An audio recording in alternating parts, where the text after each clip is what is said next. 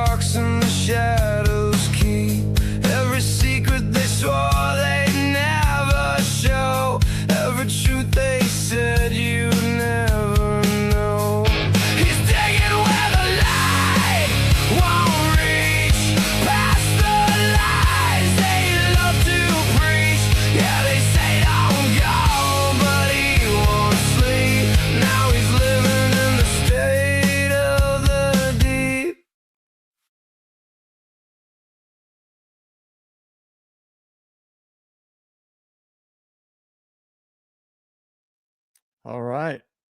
What's up, everybody? Welcome back. We're going to just kind of check in a little bit while people start filing in. But tonight, we're going to discuss the Idaho 4 case a little bit. And then I'm going to try to give a clearer perspective on what my theory has been for a while and why. So we're going to touch on some of the basic things going back to early on in the case where we got information from official sources that the mainstream media was pushing and how that evolved over time. And we're going to just touch on some different points. People are welcome to correct any information or add information to that. This is going to be a discussion, but still I get a lot of comments regarding what my theory actually is. And I understand a lot of people may not have seen me all those times on different streams explaining my theory, my overarching theory, and why I feel that way. And my larger theory has not changed. Now, I've maintained all along that I can't possibly know exactly what happened in the house that night because we're basing what we know off of different bits of information, both from official documents and from different narratives. And we've all got our own version of what we believe actually happened. We have different timelines. We have many different potential suspects that people think may or may not have been involved. Some people have one type of focus, other people have another.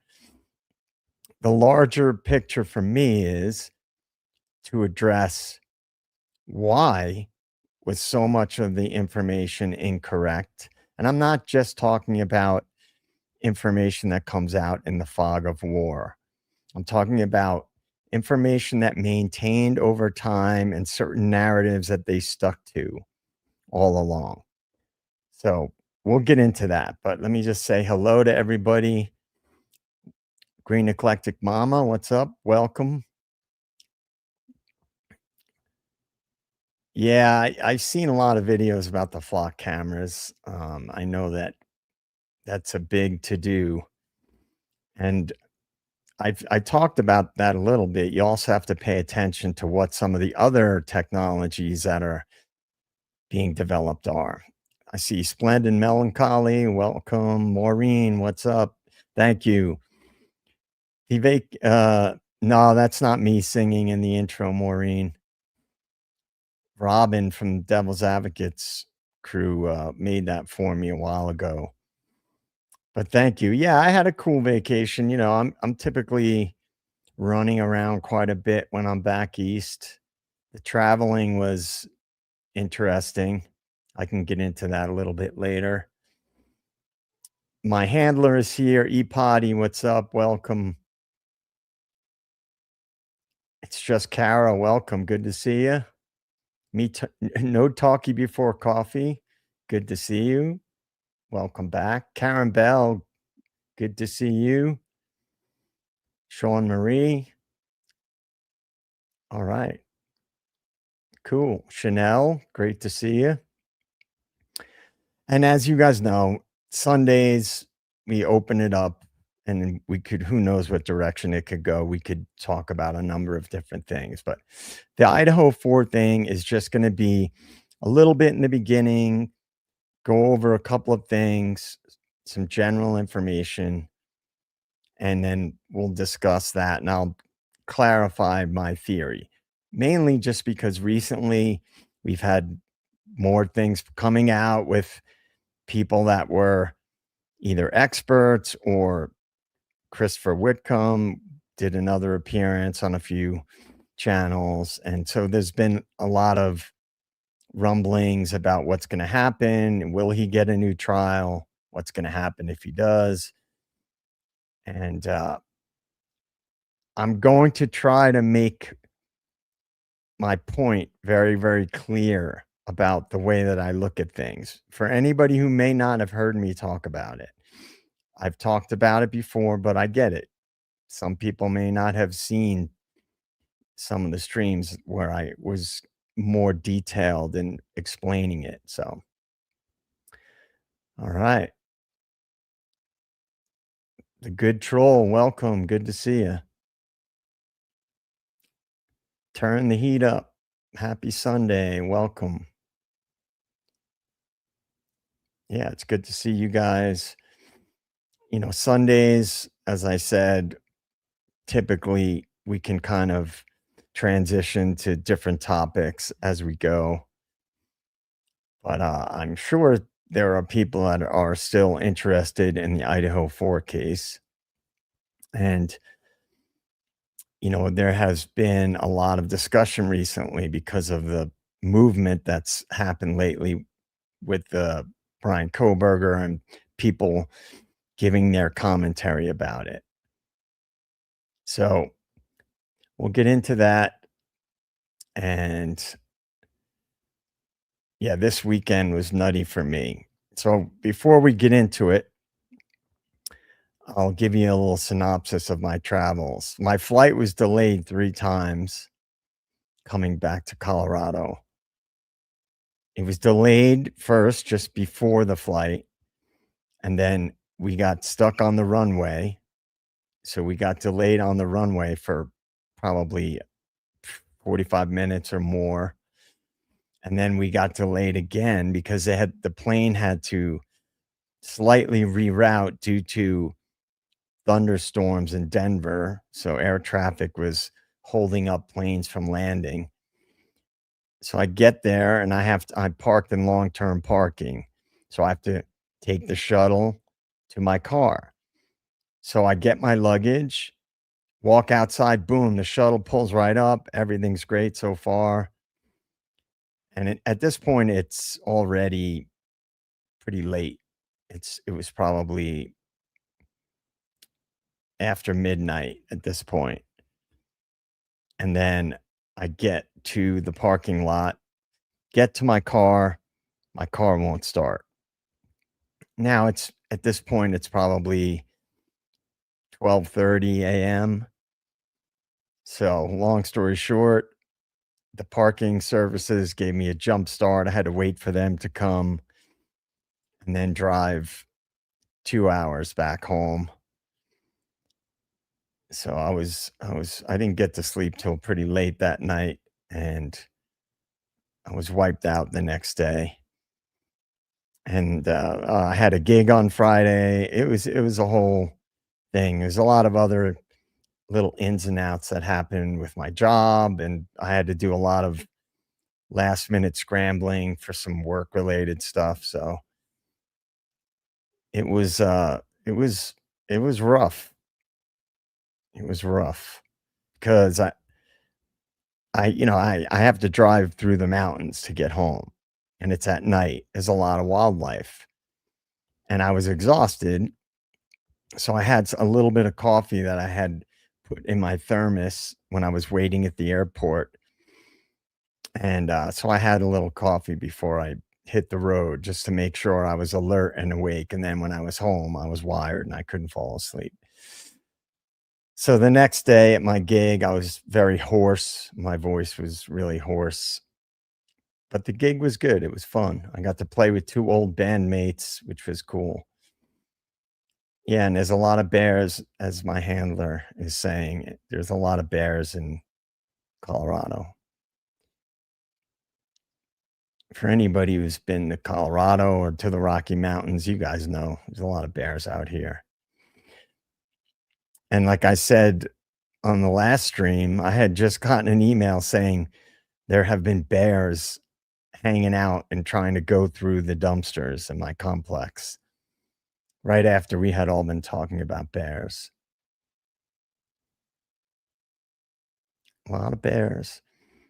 Oh, sorry about that.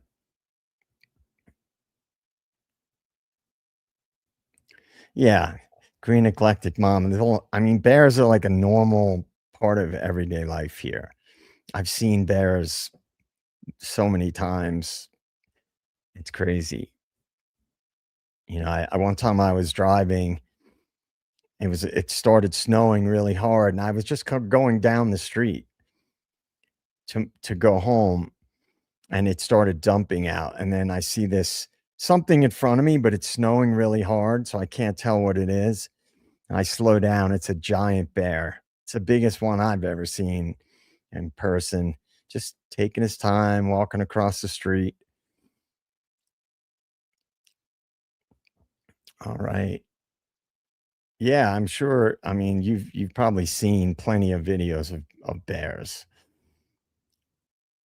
And now because we had drought conditions earlier in the summer and in the spring, the bears all come down because their food sources dry up in the higher elevation. So they come down and you start seeing them more in populated areas during drought conditions.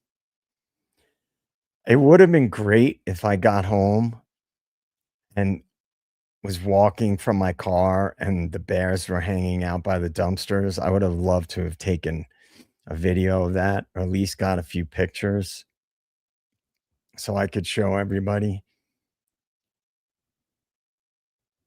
Yeah. So anyway, that was some of my travels, and so it's taking me a day or so to get my wits about me again.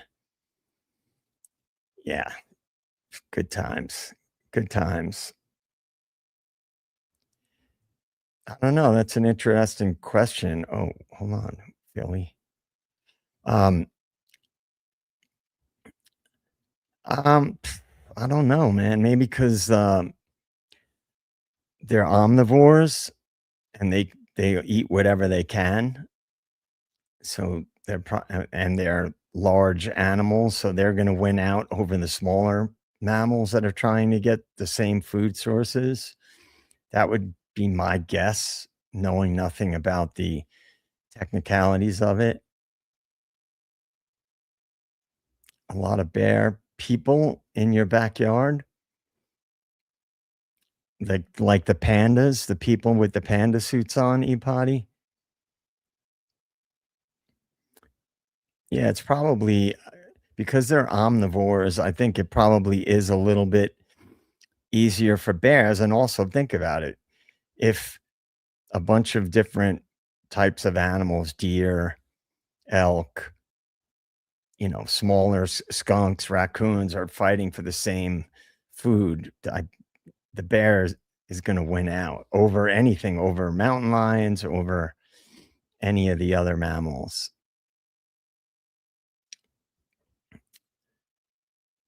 What's up, Leah? How you doing? Good to see you. So yeah, like I said, Leah, if you were just getting in, we're going to touch on the Idaho 4 a little bit tonight and go over some generalities about inconsistencies from what the official narrative was. It's not going to be an exhaustive deep dive.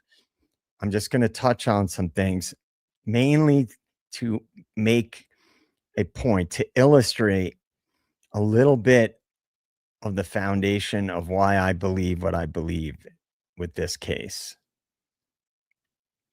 So we can start getting into it. It's initially we're just going to go through some slides and just we can all sort of discuss, and everybody is welcome to chime in on this, and then after I'll sort of explain my take on things. All right, so I'm going to throw this up. So this is again general. It's a general outline of some of the things we all know where there were discrepancies. So the official narrative versus the actual record. So it's color coded, the information that we put together. So if it's red, once we keep moving in this presentation, if it's got red above it, it's an earlier official statement that conflicts specifically with the later record on that specific item. If it's orange, that means there was a meaningful correction or shift in the public account. If it's yellow, it's overstated, meaning a claim often repeated more strongly than the evidence supports. And there's plenty of that in this case. And white is refinement, a normal timeline or investigative update, not evidence or of deception. Now, as I said before, of course, in any high profile case, in the fog of war, there's going to be things that come out that are inaccurate at first. The question that I ask is, did they publicly correct that information? Because if official sources put out information to the public and it's not officially corrected or retracted, then a lot of people will, like we've seen in the Idaho 4 case, will run with that information forever, like it's gospel, because they don't know. Like, for example, I just saw a video of an attorney who was commenting on the case. He was a criminal defense attorney, and he watched the Netflix documentary. And I saw some familiar names in the comments. I saw Jules with True Crime Reactions telling him you have to dig deeper. And what's up, Rui? Good to see you. So we'll move along. Again, we're just going to kind of casually go through this. So, for example, the surviving roommates. So this is the color-coded parts. Yeah, no talkie before coffee. I've talked about this so many times. It's one of my pet peeves also. It drives me nuts. The media puts out all this information to the masses, and they rarely, if ever, retract mistakes or say, well, we got this information early on and it was incorrect, or they just glance over it. So a lot of people still believe the original information. All right. So surviving roommates did not wake up until later. DM, we know that she was awake, she heard activity, and she saw the masked man. So we know that that happened. Victims were sleeping. The victims were likely asleep. Xana received DoorDash and was likely using TikTok around 4:12 a.m. Now, that is not necessarily proof that Xana was awake. However, since a lot of the information we've heard, if you look at the timeline of when Dylan supposedly heard the roommates saying things and when the crime supposedly occurred, some of them were clearly awake, most notably Kaylee and Xana. The Elantra years. The public be on the lookout was for initially 2011 to 2013. The FBI examiner later expanded his range 2011 to 2016. We could have some fun with that one. To say nothing of the fact that they never saw any definitive proof that it was Kohlberger's car. It's one of the most common cars there is. So it was a targeted attack. Officials said targeted, then acknowledged they did not know whether the house or occupants were targeted. You might see some formatting issues. Just bear with us. Now, I just want to go back real quick. So, direct contradiction is red, material change, like with the car, is orange, or something that's overstated. We've heard a lot of that, the overstated things, like that related to the knife sheath, the DNA, the cell phone pings. That stuff was overstated because we were told things that implied that Brian Kohlberger turned his cell phone off. But some of the language used was consistent with somebody turning their cell phone off. It's not confirmation. And then white is refined information. All right, so let's go here. The surviving roommate contradiction. Both surviving roommates did not wake up until later that morning. We know DM was awake, opened her door multiple times, heard voices, noises, and saw a masked man walking toward the sliding door. These accounts cannot both be literally true. Were all four victims asleep? The four victims were described as likely asleep when attacked, which right out of the gate, they contradicted themselves by saying there were defensive wounds. And they didn't expand on it to give a lot of detail about that. DoorDash delivery at approximately 4 a.m. Phone activity indicated likely TikTok use around 4:12. The PCA's homicide window extends to approximately 4:25 a.m. Conclusion: the blanket all asleep formulation was not accurate. The Elantra years, we all know about this. We've all talked about it ad nauseum. So it started as 2011 to 2013. Then it was expanded to 2011, 2016. And then they zeroed in on 2015 when they found Kohlberger's car. Now, what are some of the issues with, the whole, I see Karen Bell. I'm going to definitely get to these comments too. I mean, guys, we're not even digging in to Dylan's testimony yet. That's a whole other thing. The biggest one for me is this one, the stalking, because that was pushed out to the public a lot. And then it's just like, oh, by the way, we have no evidence of that. So with the car, what are some of the issues with, and I'm going to tell you guys how this stuff relates to my theory. The public searched for the narrower year range for years. The PCA later disclosed that the FBI examiner had expanded the range. Now, think about it. Let's just say they have somebody that I'll even be generous to the people who think Kohlberger was framed. If you were going to frame somebody, yeah, the fog lights, it's just Kara. That's another one. We're all going to contribute to this discussion. So I like that people are jumping in.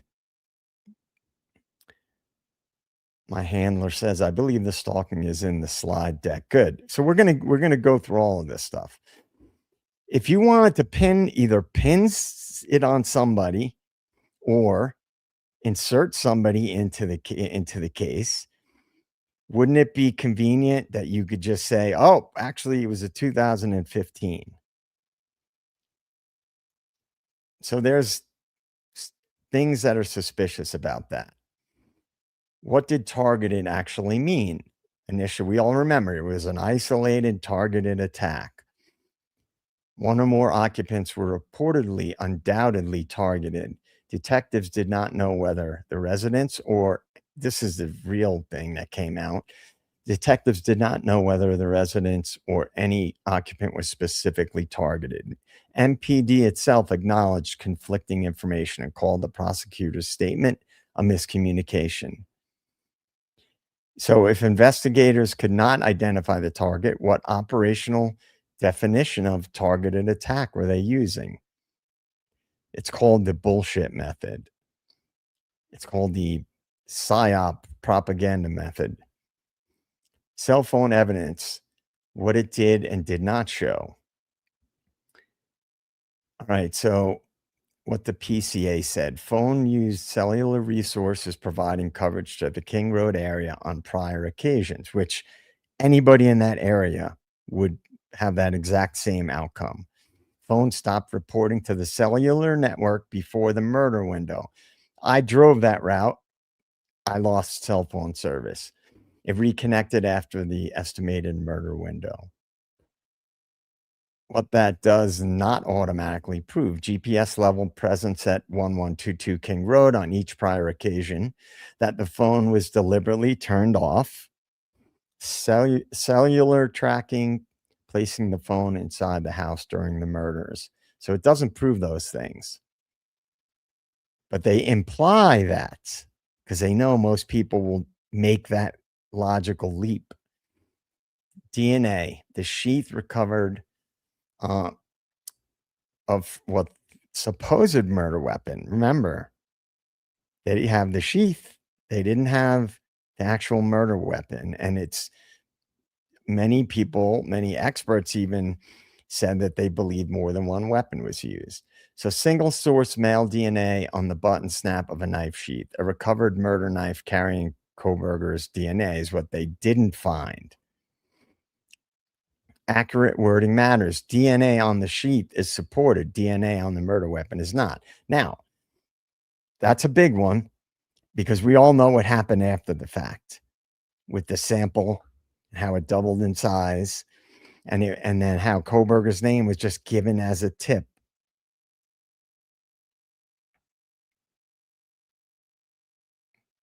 Right. A lot of the Rui says a lot of the evidence stalking IgG, Elantra has been implanted via MSM. Right. And that was my earlier point. The fog lights, the clarification of things. Did they clarify to the public that we did not prove that this was Kohlberger's car? No, they never do that when they're pushing a narrative. And this is all part of the reason why I think there's a PSYOP component to this case, just like the Tyler Robinson stuff that's going on right now, just like we're going to see, in my opinion, in the Luigi Mangione case.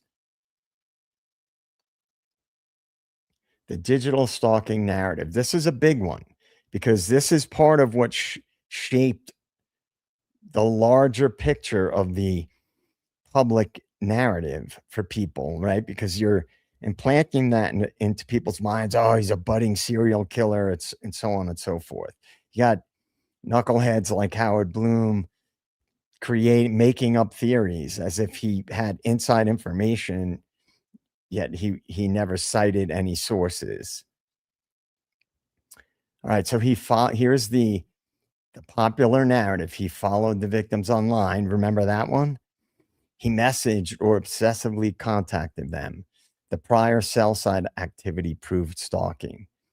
Later disclosure, a 2025 defense filing describing the state's expert disclosure said analysis of 49 devices and data sets found no digital connection between Koberger and the victims or roommates listed in that disclosure.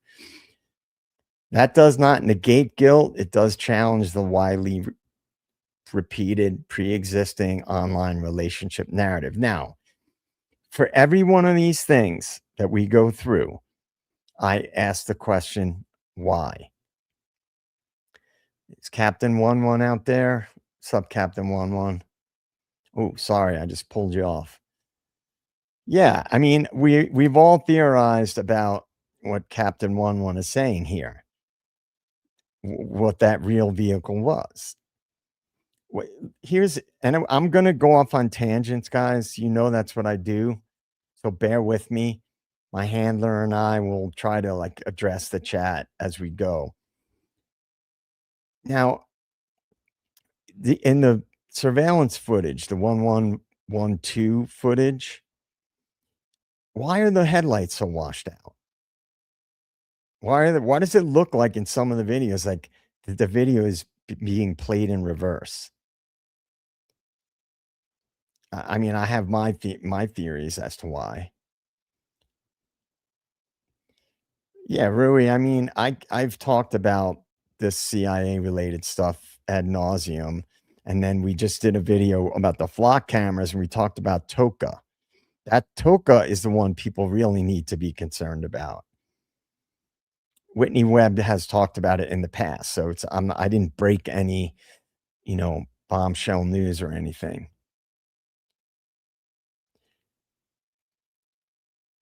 Yeah, see, this is something that we all talked about on Devil's Advocates a lot about. There were things happening. Let's just put it this way.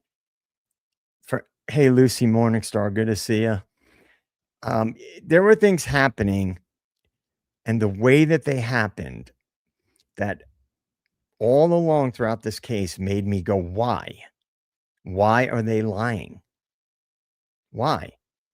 Because for every theory, I have to be able to, it has to have a logical explanation of a motive, of what agenda are they pushing? What's the bigger picture? That's why I always say I'm really not a true crime creator, because I don't look at things that way. I don't frame them that way because, in my opinion, for high profile cases, you have to be able to zoom out and look at the big picture because there's often bigger things at play. And when you have a coordinated lockstep official narrative where the mainstream media is all in on it, this is why I don't believe he was simply framed. It's just my opinion. I don't believe you would get such a sophisticated and highly coordinated effort to sway public opinion going all the way up the chain just to frame some rando guy. And I'm going to get into a very controversial idea that I spoke about with Philly the other night about non-official cover. And I'll talk about that. So if I don't bring it up, please somebody remind me to get into it. Sean Marie, I always thought the inside of the snap was an unlikely place to find DNA. Yeah. I mean, the way it was found, I mean, just you have to suspend disbelief so much in this case, and it's shocking how many people have done that. Captain 11, we have the proof now that that Maori got the dump of Kaylee's cell phone. Right. Remember that? Guys, remember how much that was talked about at a certain point in the case? While we they couldn't get full access to Kaylee's phone. It's contradictions everywhere. There's so many things we could speak about regarding this. We're going to keep going through this. You guys know that I go off on tangents. Lucy Morningstar, what's up? Cold War and evangelical war fighting. Fifth generation warfare, guys.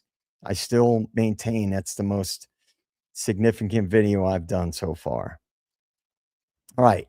Negative forensic evidence. Court records later confirmed ISP testing did not reveal victim DNA in Koberger's vehicle and Koberger's apartment. So this is a legitimate negative evidence, but it does not erase the sheep DNA, another circumstantial evidence, or Koberger's later guilty plea. Yeah. The compressed murder window, that's, in my opinion, that's one of the most important official pieces of information. So from 4 a.m. to 4:25 is what we're talking about. DoorDash arrives at 4. Suspect vehicle enters the area at 4:04. Xana is likely active on TikTok at 4:12. 4:17, nearby camera captures sound. That's the 1112 sound. Suspect vehicle departs at 4:20. So this is, if you take it all in context, that more than one weapon was likely used, that the victims supposedly, according to forensic experts, were staged. 2 of the victims. 3 of the victims were covered. And there was evidence of a cleanup. So all of this happened. So James Bond basically went in there with Ethan Hunt, and they both went in there and were able to do all of that in such a short timeline. So we're talking about, I mean, a very small window to include everything that they have said. You know, the chronology is reconstruction from witness statements, digital records, and video. It's not an interior surveillance record of each killing. Yes, we know this. All right, so Karen Bell says that change was 2 to 3 at first change to fit Dylan. Well, I think a lot of things were shifted to steer away from certain things they didn't want us asking questions about. Excuse me. Right now, I'm just picking away at the slides as we go, and then we can transition after this to the bigger picture stuff. Nancy Road, good to see you.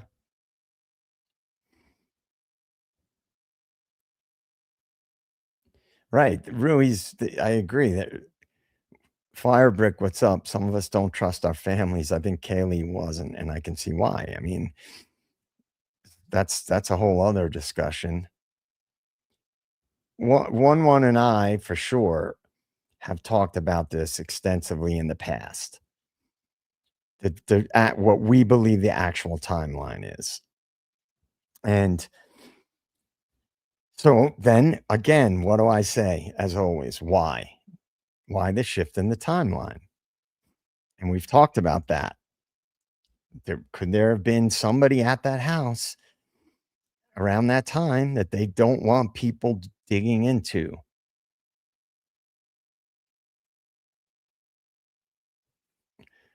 Nancy Road, I'm not exactly sure what you're asking.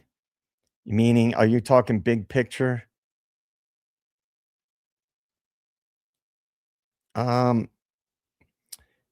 See, I have which I'll get into later. I have a very different take on what the larger agendas were.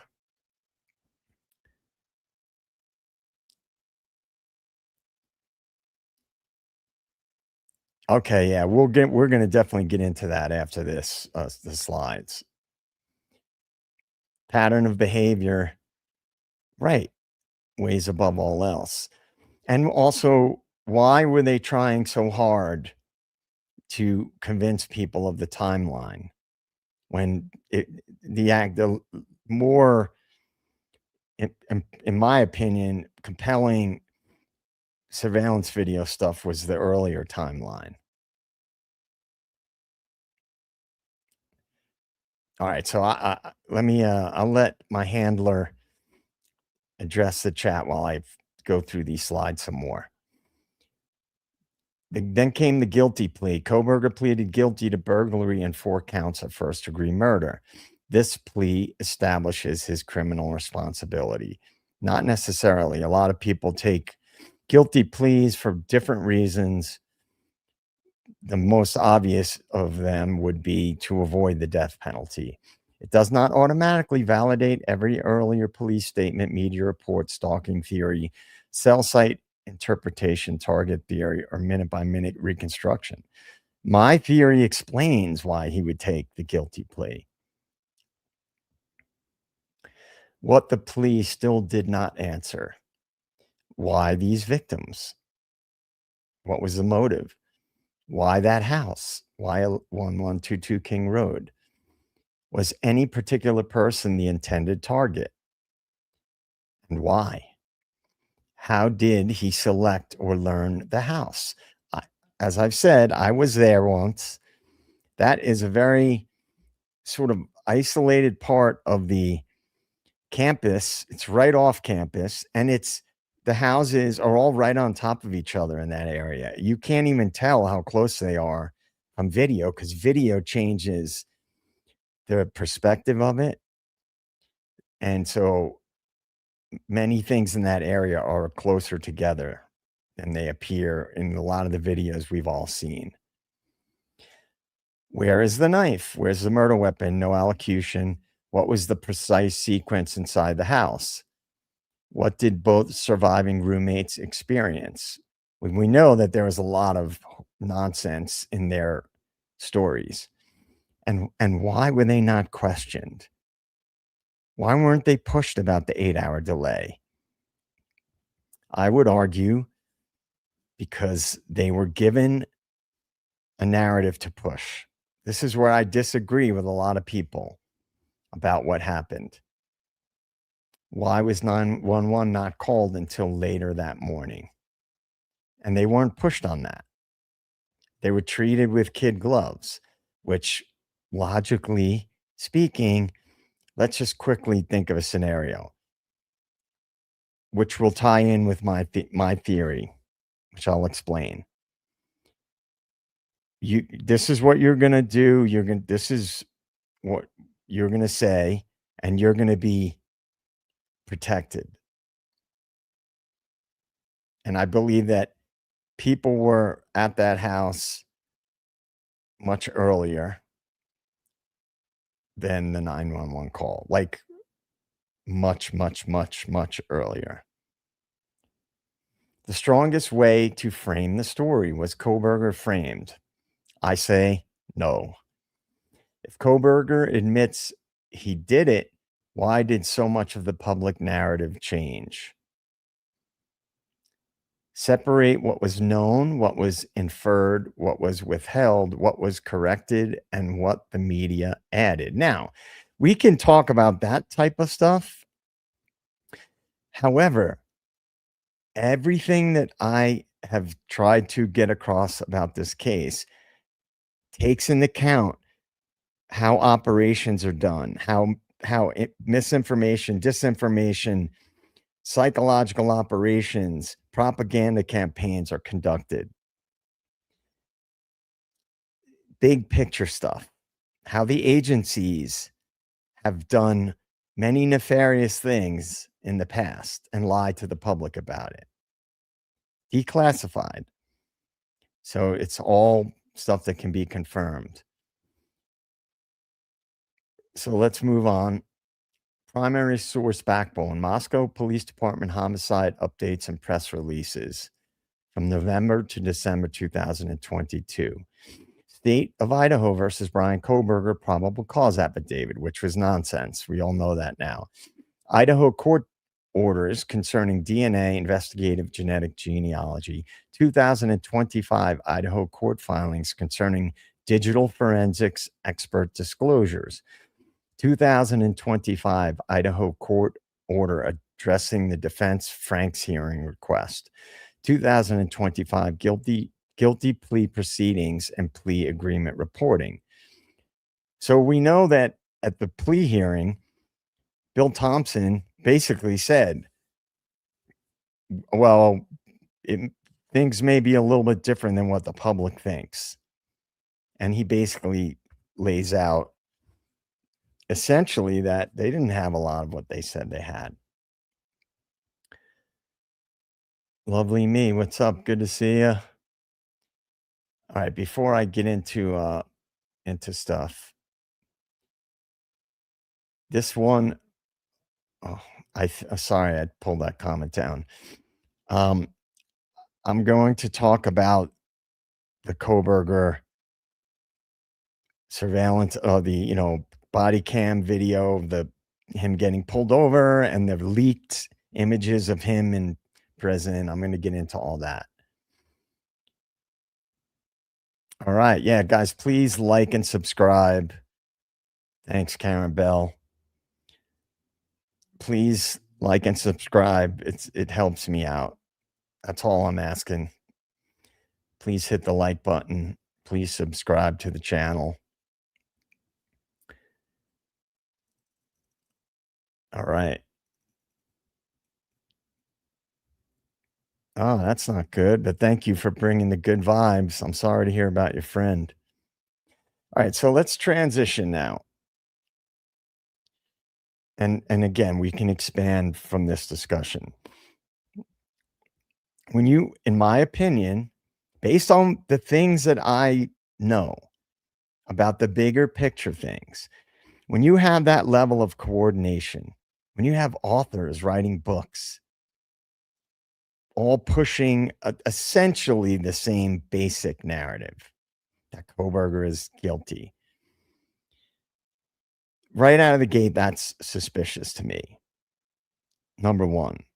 Number two, when you have a university that could stand to lose very, very, very significant amounts of money if the truth of what really happened were to get out to the public. Because let's just hypothesize that there was a CI in that house or more than one. And that house itself, I'm going to trickle out some of my theories. I think there was something going on with that house. And there was a contact person for that house.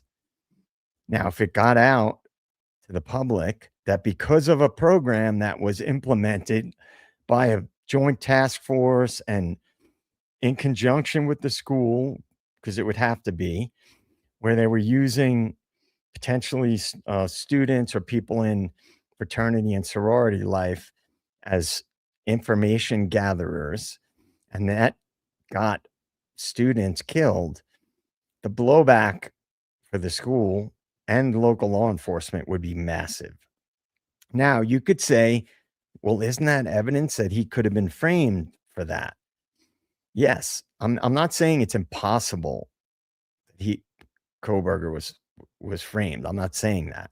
What I'm saying is, based on what I know, the amount of coordination from the beginning till now, then you have all the suspicious stuff with the IgG and the tip. If you had background information about this guy that would be convincing evidence that he was the one, you have like Captain 11 was saying, patterns of life. If he was connected to some other shady stuff, wouldn't you want the public to know about that? Because that would certainly make it easier to push your narrative. So let's continue. Then you have like suspicious behaviors surrounding the case. The interviews seemed to me very suspect. A lot of these people that were interviewed were treated with kid gloves. Now, there were some interviews where they touched on some bigger topics like drug use and things like that. But a lot of the interviews were very cursory, as if maybe they already know what happened and they just need to do, what's the word, perfunctory interviews just to like check it off the list. So it appears like they were investigating this thing really thoroughly. Believe me, I agree. By pulling strings behind the scenes, I think, to try to change laws, implement dumb shit that allows them to hide the actual truth easier in this day. See, one of the things that I have talked about ad nauseum, and I have to give credit to DA also, because he and I used to speak about this a lot. The power structure, they never carry out an agenda or an operation for just one reason. They don't do that. They have multiple reasons to multiple goals to achieve. And so there, in my opinion, there were entities already trying to implement more surveillance. We know that for a fact with what's going on with our government and who they've partnered with. And we know that those surveillance cameras are popping up everywhere. So it's very likely that that was the case in that area as well. And the uh, Pullman police chief was in a video talking about getting more surveillance cameras. So without going too off the rails, I believe there were already agendas in place to increase surveillance, increase more widespread DNA database access. So I believe those things were already in place because we know that there was NIJ funding in that area. And we know that well, look, I'll give you some of the most important aspects and then I'll tie it together. Everything we know about the victims, the surviving roommates, and Brian Koberger, and everybody in the periphery is what we've been told. Unless, someone knows the people personally and they can speak about it. But what, generally speaking, what the public, the wider public knows is what we've been told. So I'm going to get into a little bigger picture stuff now. When certain agencies are engaging in operations,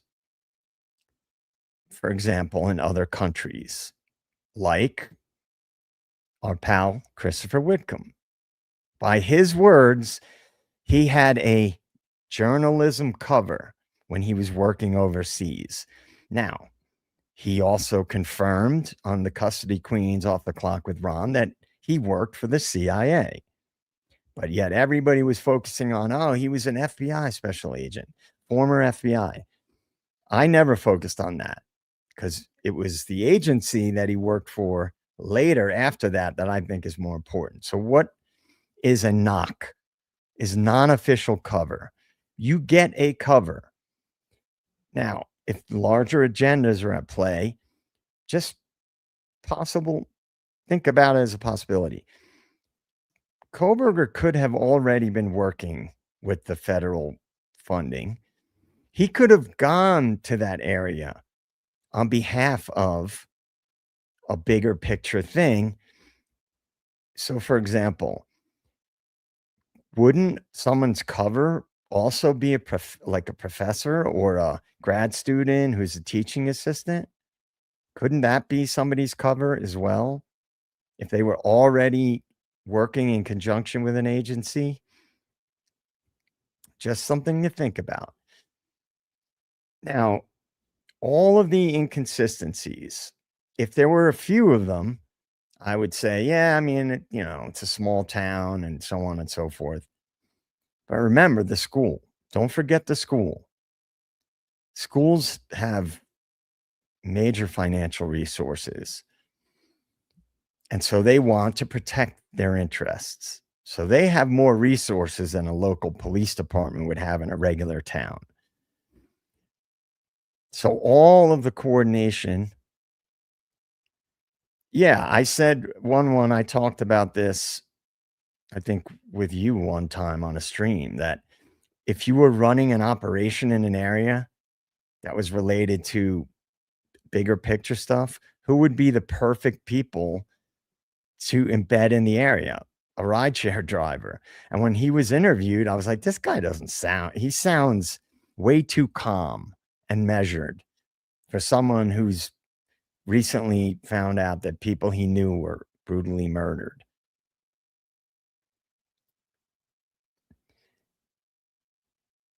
Right. And this is another thing too. That's a great point, Captain 11. Philly Special says schools historically work with these agencies to recruit and to use as covers.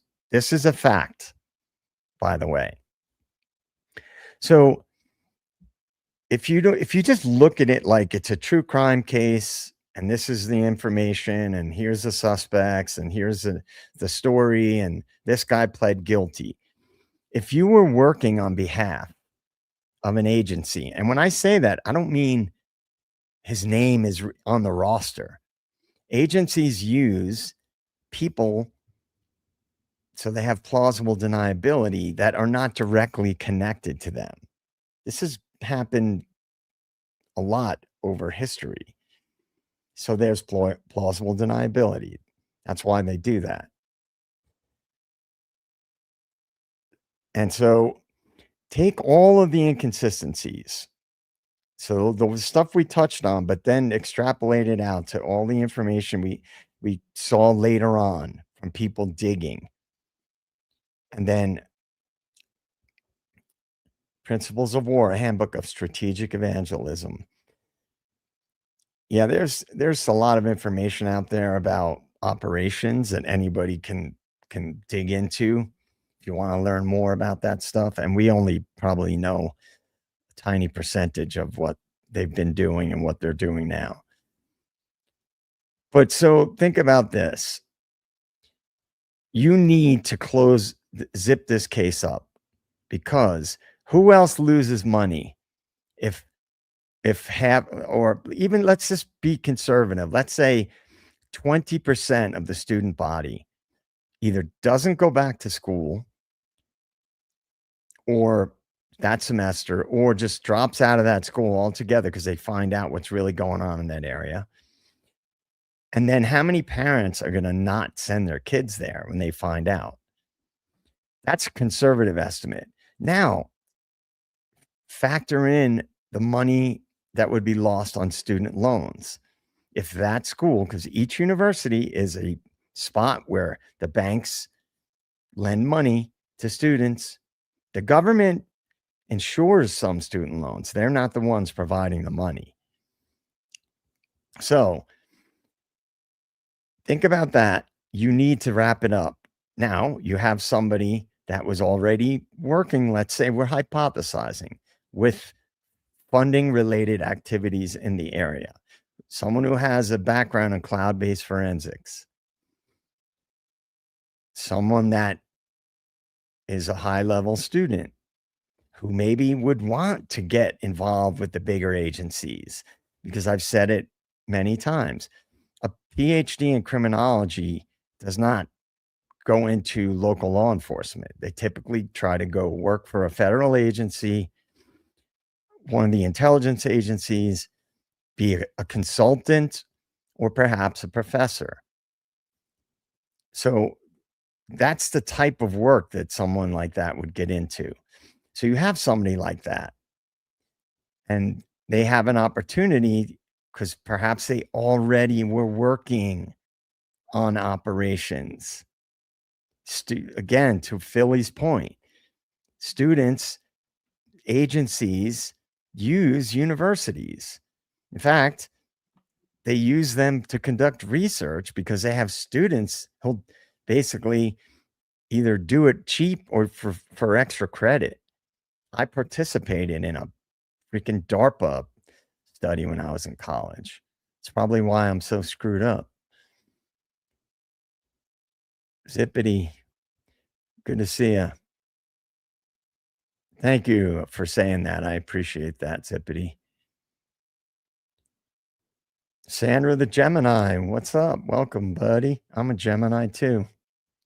All right, so and guys, if I was gonna give my entire breakdown of the different levels of my theory, we'd be here for 10 hours because I've talked about this stuff over a long period of time. You have to look into the foundational information. You have to look at the operations that have been conducted, have a general understanding of how agencies carry out operations.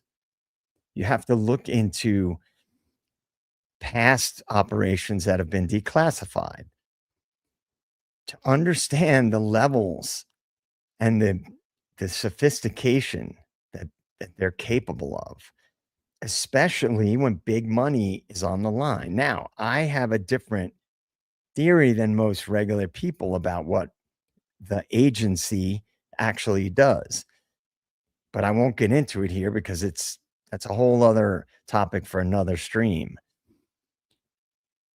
Smiling Sleuth, what's up? Green, hey, we got a bunch of Geminis in the house. Green Eclectic Mama, you're a Gemini too, eh? Is my handler just say she's a Gemini? God, no wonder why we fight so much.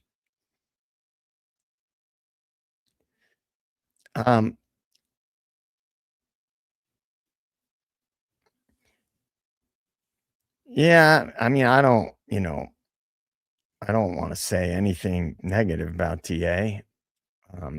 You guys wouldn't even know who I was if it weren't for DA. And I was on the channel 5 nights a week for a while, and we all had some good conversations. But as I always say, grown men, you're not going to agree on everything, and everybody's got their own take on things, and that's his channel, so he can run it however he wants, and he's done very well.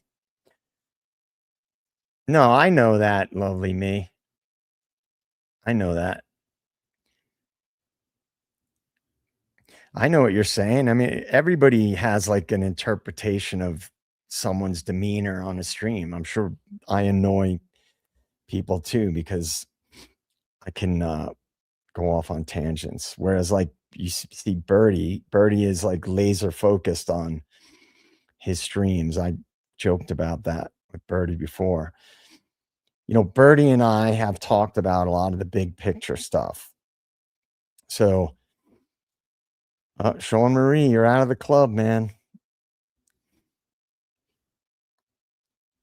I look at this case.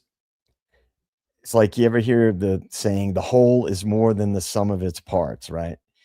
If you look at the totality of all the inconsistencies, the heavy-handedness of the narratives, trying to discredit anybody who doesn't agree with the official narrative as if the government has never lied before, right there should raise red flags. Why all the documentaries pushing the official narrative? Why? That's not investigative reporting. That's not real research. That's not science. Science is questioning things, picking them apart, finding the inconsistencies, finding the holes, the logic. Danny Whitaker, what's up? Good to see you. Nobody's out. Everybody's in. E-Potty is a Pisces. E-Potty's trouble. I don't know anything about that. What do they call that? Astrology? I know like the basic stuff they say about Gemini.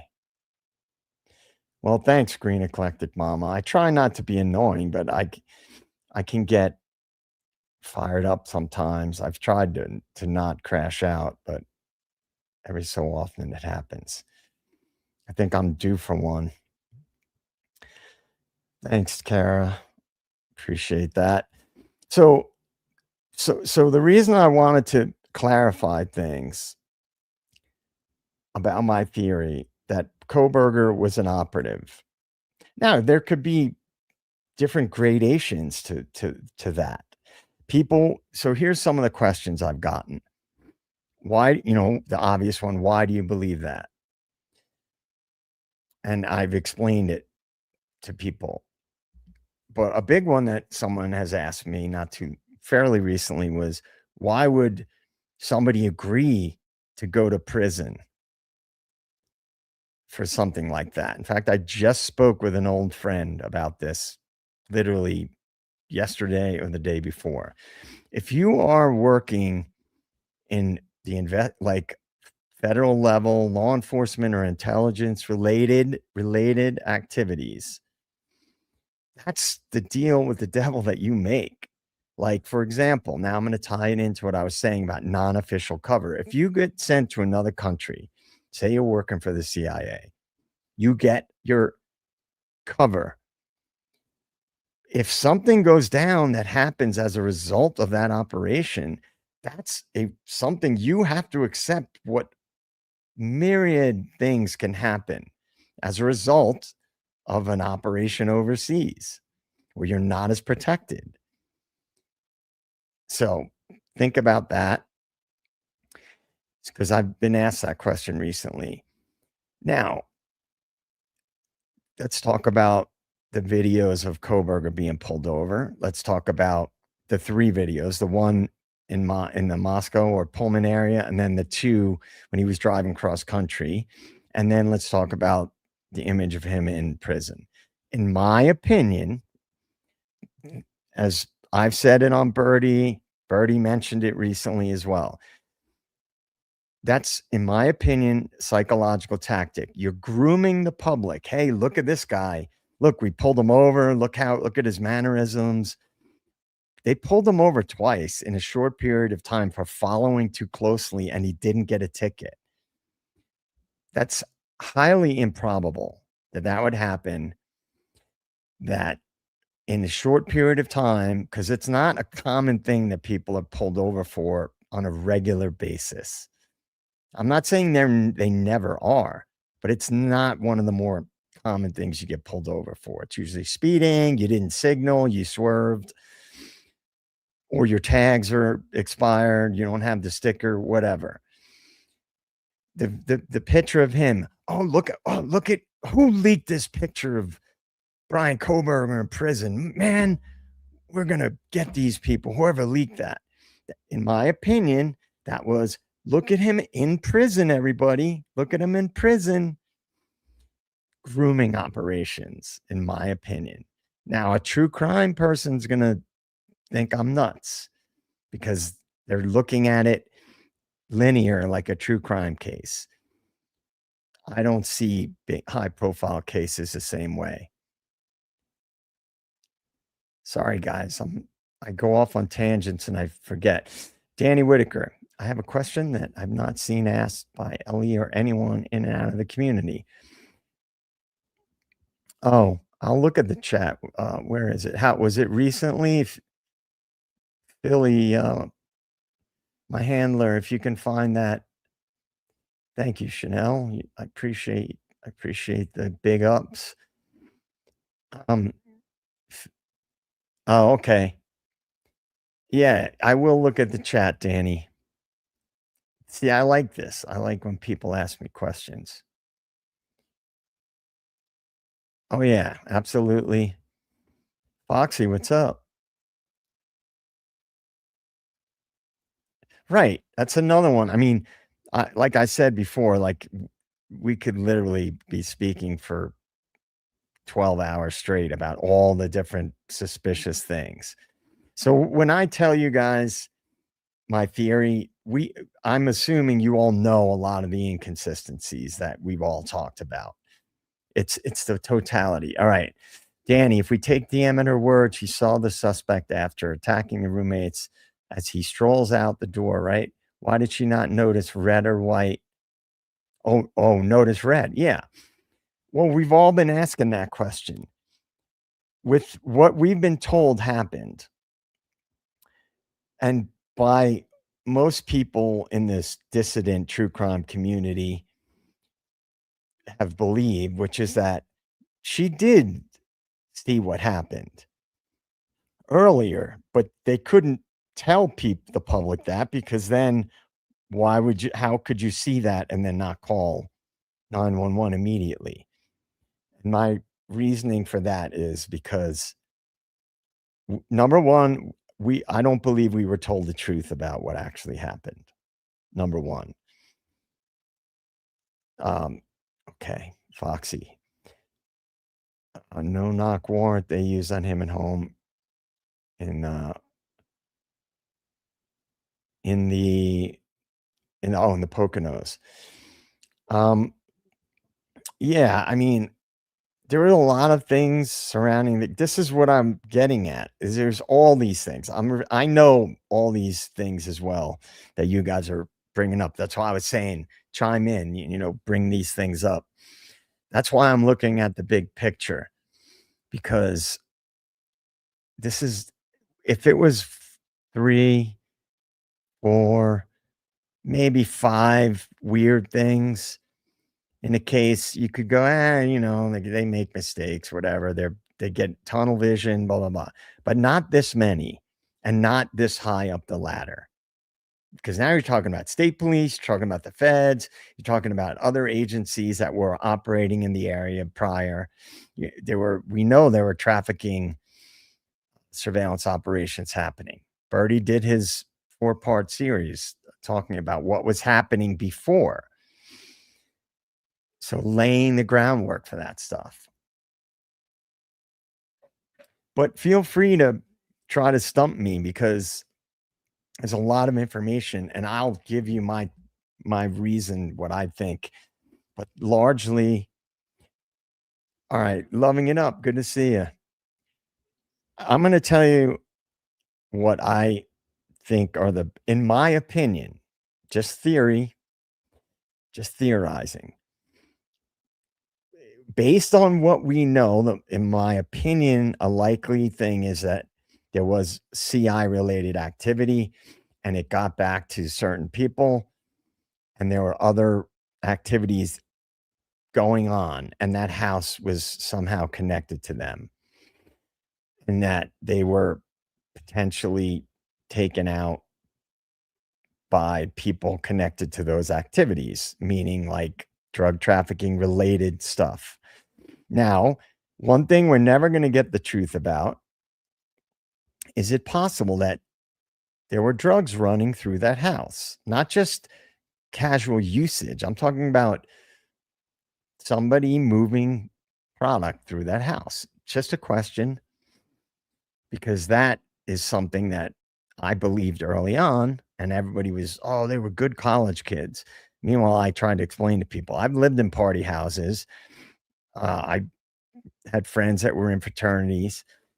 There were always drugs flowing through party houses and fraternity houses. So it's naive to think that. Another scenario that I think is plausible is that what we were told happened is not what happened. But if they let the truth get out,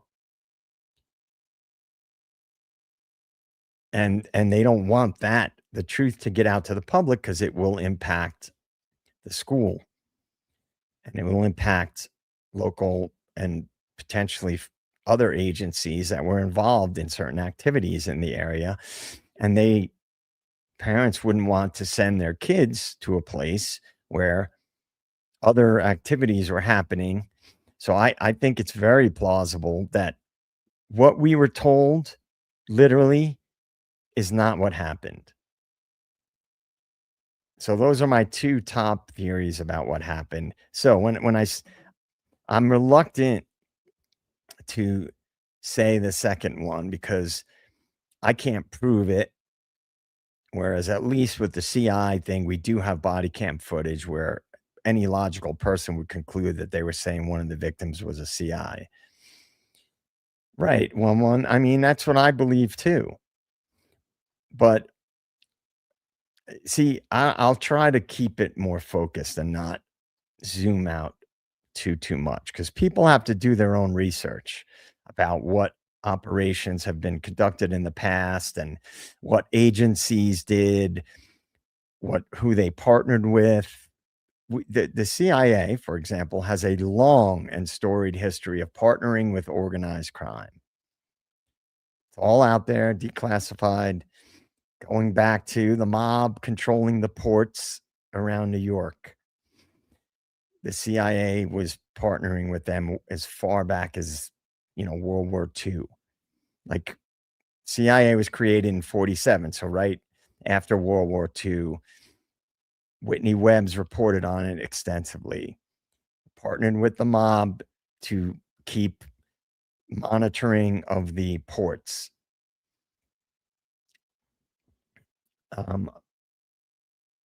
Okay.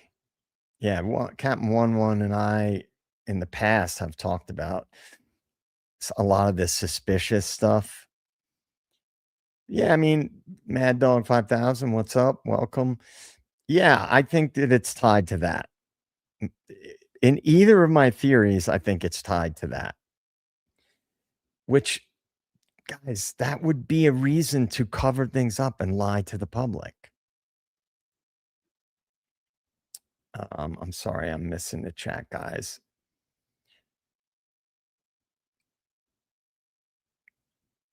My handler, where are you at? You want to come up, Philly?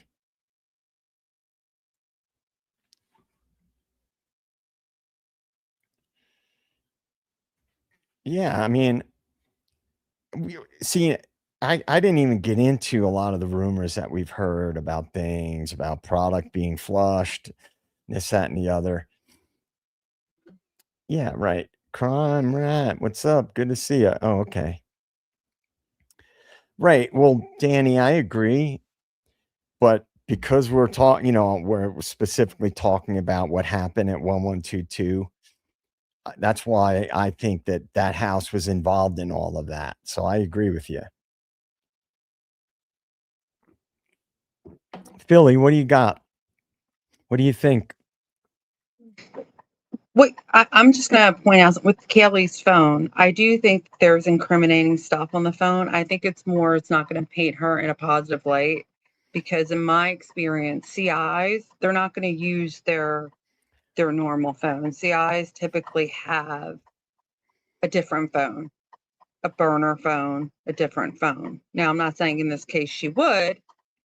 I'm just saying that I think there's a lot about Kaylee that the family doesn't want out there because it paints her in a negative light. Yeah. Well, Tony Stevenson, let me just say this. I think that first to clarify, if let's just say there were CIs in that house, that doesn't mean that's the only place there were CIs. And if there were bigger operations going on, it was probably fairly well coordinated in and around that area. Now, college kids have been used to either get recruited by agencies for different things, or, as I said, for research. There was a lot of research funding in that area. So we don't know the specifics, and we're probably never going to know because anything that's got a national security blanket over it, they don't have to tell us unless it gets declassified in 30 years or whatever. So I think it's not, in my opinion, all lumped in under one thing like drunk sorority chicks. By all accounts, Kaylee was pretty together. And she was a fairly motivated and together person. I mean, wouldn't the same logic apply to using drug addicts as CIs? I mean, they're not going to be that reliable, right? So I think that, in my opinion, that's flawed logic because you wouldn't just use anybody as a CI. But if you had somebody that could be very useful for certain reasons, they would use whatever they can.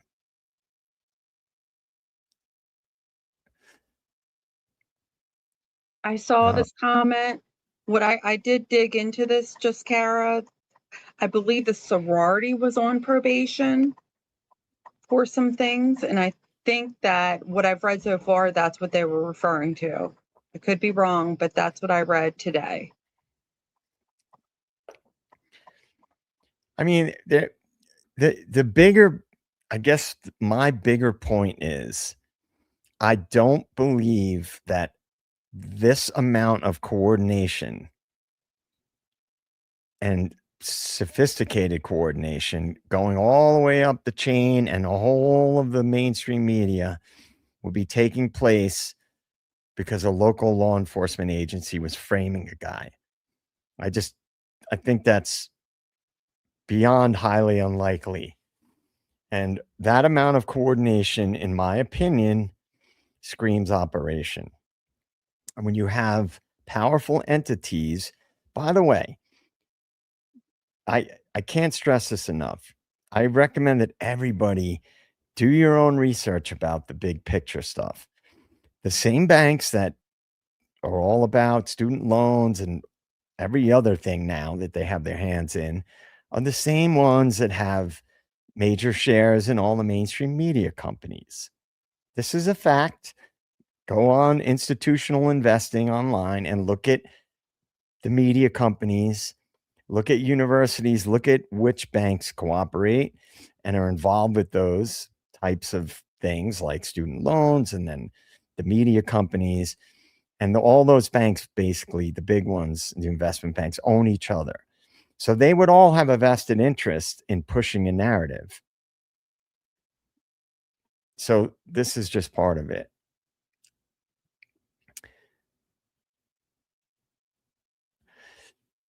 Yeah, 1-1. I mean, didn't Steve G say that some ugly things are going to come out or something along those lines?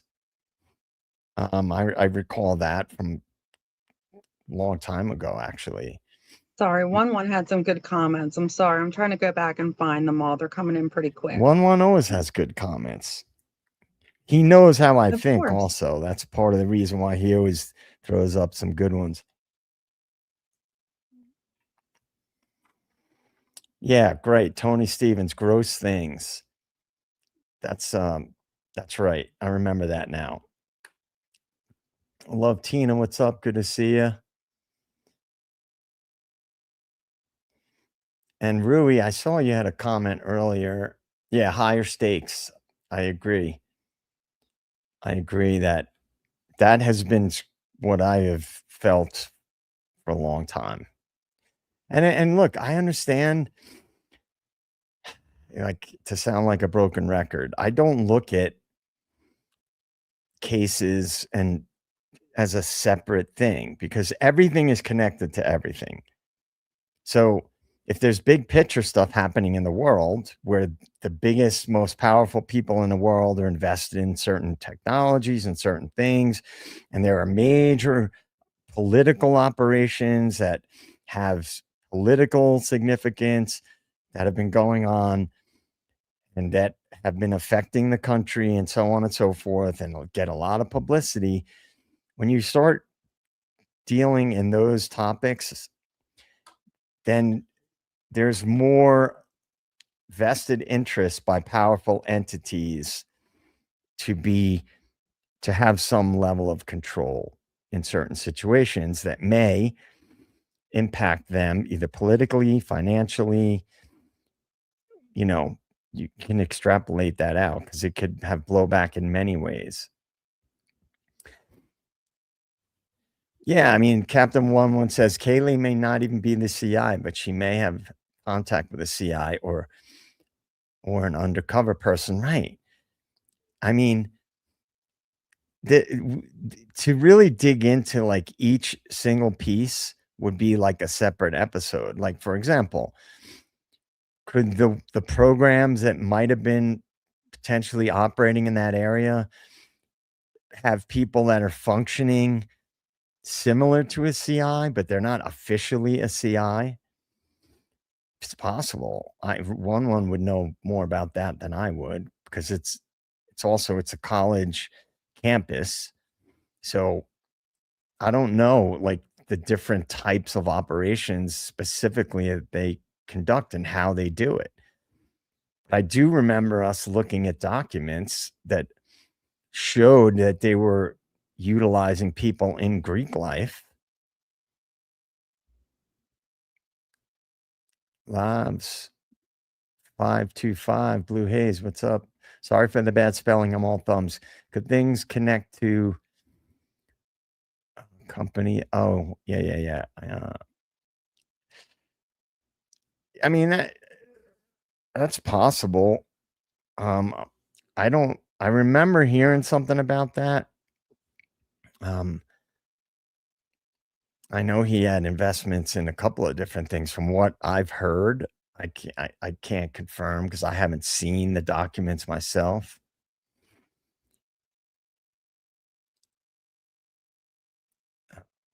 Yeah, I mean, this is my bigger point because there's a lot of information that, in my opinion, either is not going to come out or it'll come out years down the road after all the buzz dies down. Someone might feel comfortable leaking out information.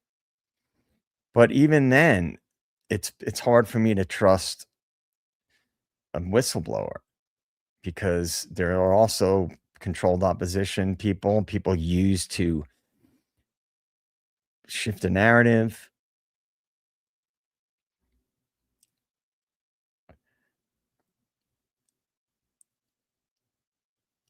I heard that LAV too, he's definitely got something to hide. He doesn't want out. Who are you referring to, Karen?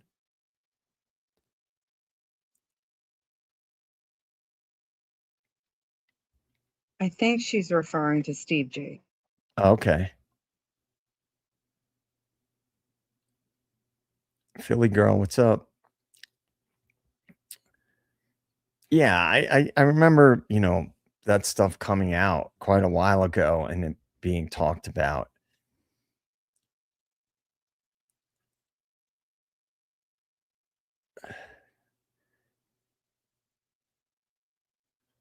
Oh, really?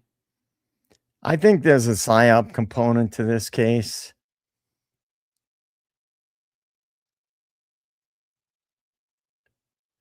I think Lucy, I'm not sure what you mean. A lot of noises out there. Look over here. Yeah.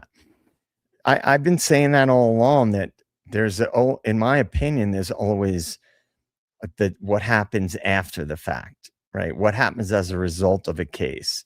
What are they trying to distract the public against or, away from? Okay. Danny Whitaker, MPD pulled over 4 females in an Elantra in the early morning, 1:43 a.m. on the 13th. Rugs were taken, then long brown hairs in EC's hands, and Molly said she saw a brown-headed person moving up and down. Yeah, I mean, so here's the thing. The 4 were ticketed only. So here's the question that I ask. To my bigger point, there is something, in my opinion, that was being covered up. So no matter how you slice that, that means the public was and is being lied to about what really happened. So the question goes, why? Why? For me, if I can't say why, then a theory has to have a logical connection. So what were they trying to protect? Who were they trying to protect? Were they trying to protect money?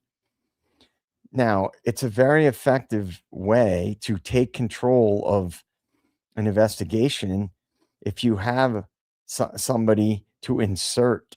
Now, normie types would say, that's crazy. You're saying that they just had some guy that he's not even involved and they bring him in here. Well, yeah, if you understand what an operation is. I have heard that interview, No Talkie Before Coffee. No talkie. Is that the one where they said Brian supposedly left a key for Maddie to his room? I haven't had a chance to dig into that, but I'm wondering if that's what you're referring to.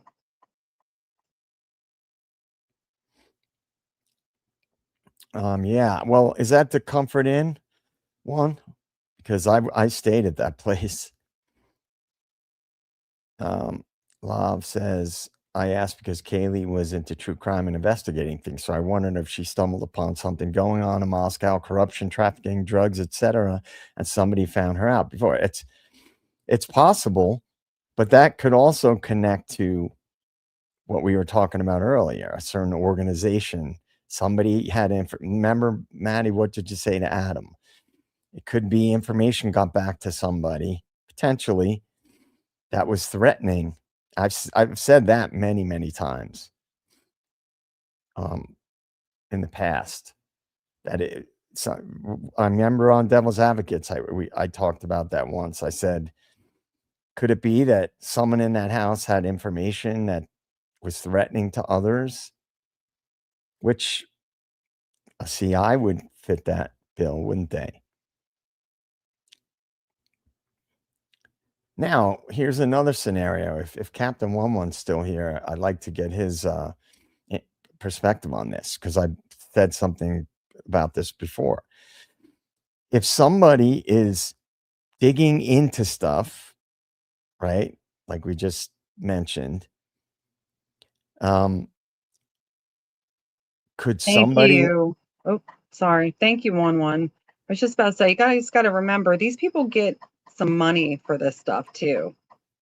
There's people out there in the media that will pay these people for these interviews, and they're full of crap. And also, here's another thing. I've explained this in other non-true crime videos. When when information is presented, whether it be interviews, whether it be body cam footage, this is psychology now. We're transitioning. I'm talking about psychology. Most people, it's a normal cognitive thing. If you're being presented information, you assume that it's important. So with distraction operations, just flood the zone with information, and people will assume it must be important. We're seeing it. We got this information. I'm listening to this interview. I'm watching this body cam footage. It must have significance. So a lot of things, oftentimes, they're not even relevant. Like the footage that Birdie and I watched with what I thought was bears. They still charge people for that. They still had that listed as surveillance footage in the case from 451 Paradise. So you assume that it's got to be important. Shelly Klein, good to see you.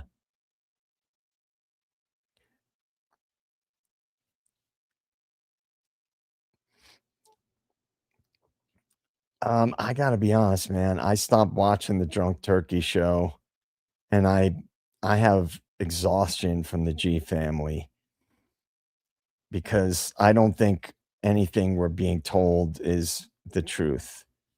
And I don't want to put the tinfoil hat on too much, because certain things that I think are possible, since I don't have any background information to really support it, in a case like this, I'm reluctant to talk about it. Now, whereas the trafficking stuff, the task force, we know that existed in the area.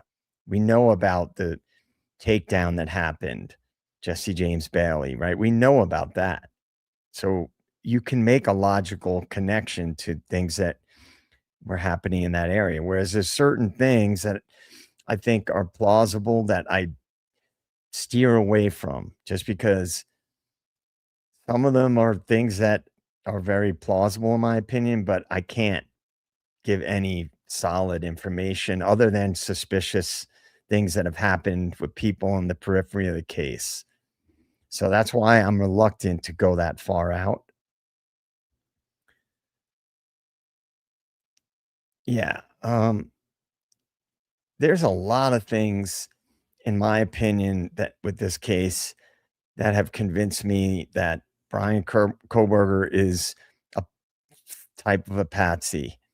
Now, I don't think it's as simple as he was just framed.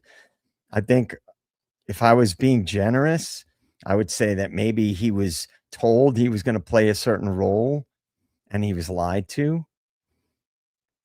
But I think because we don't know anything about Brian Koberger, everything was told to us. So I think it's very plausible that he was involved with operations prior on some level and that he's playing a role, in my opinion. And we don't know anything about where he really is. And people are going to say, that's crazy. You're saying that he's not in prison. I'm saying that we don't know that for a fact. Just because they released a image of him in his cell, that was, in my opinion, grooming. And the videos of him getting pulled over were just grooming the public.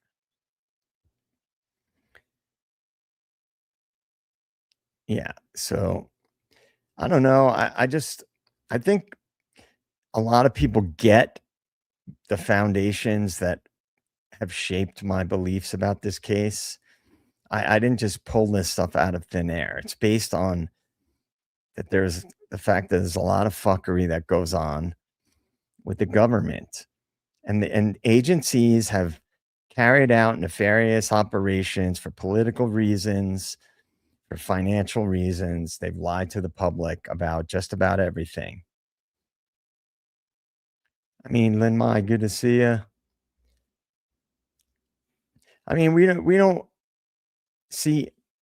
Here's the thing. That's a possibility. However, his defense team would have to be in on it on some level.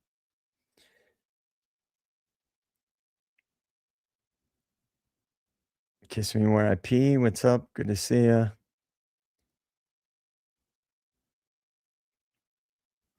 Yeah, this is the biggest one for me. He's, in my opinion, about Cy think about what Cy company was. It's surveillance technology. All of that stuff, the cameras, cell phone data analysis, all of that stuff is a form of surveillance, right? You have cell towers that are tracking people. Now, you're telling me that that cell phones nowadays don't have the technology to be tracked more specifically? I would argue that's highly improbable. And I think that Cy is working, just the fact that he implies one narrative, he's working for the defense as an expert. Why would you hire someone whose expert testimony is going to prove that this person is innocent, and then he flip-flops and says how he's got tons of information that shows he's guilty? Well, then he was lying the first time around.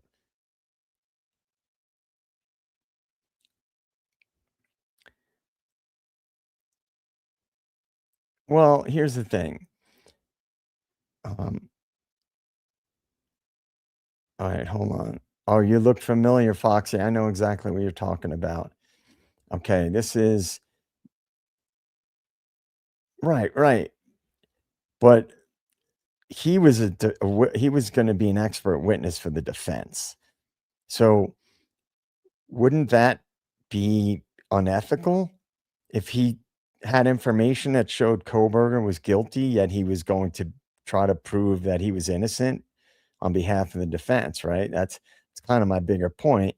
And that's why I don't trust him. I think he's playing games, and we don't try to find background information about Cy. Try to find more information other than, oh, he worked in law enforcement for 20 years in Arizona. Try to find out about his family background. It's very hard to get background information about him. So, and I tried.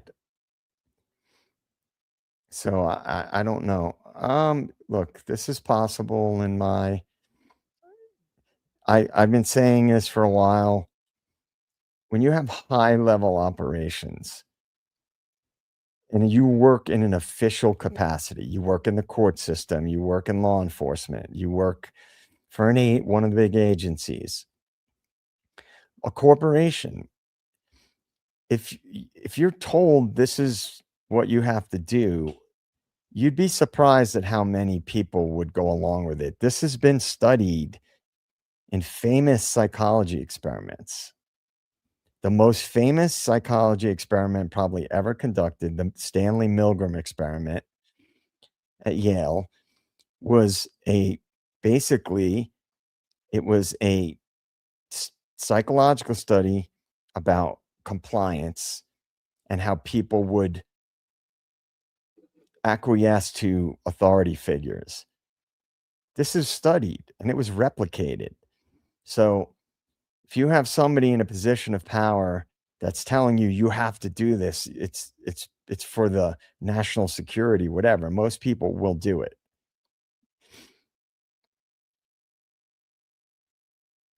No, I was not loving it up, but I've read a lot of books about this sort of thing, and I watched a lot of documentaries and consumed an unhealthy amount of content.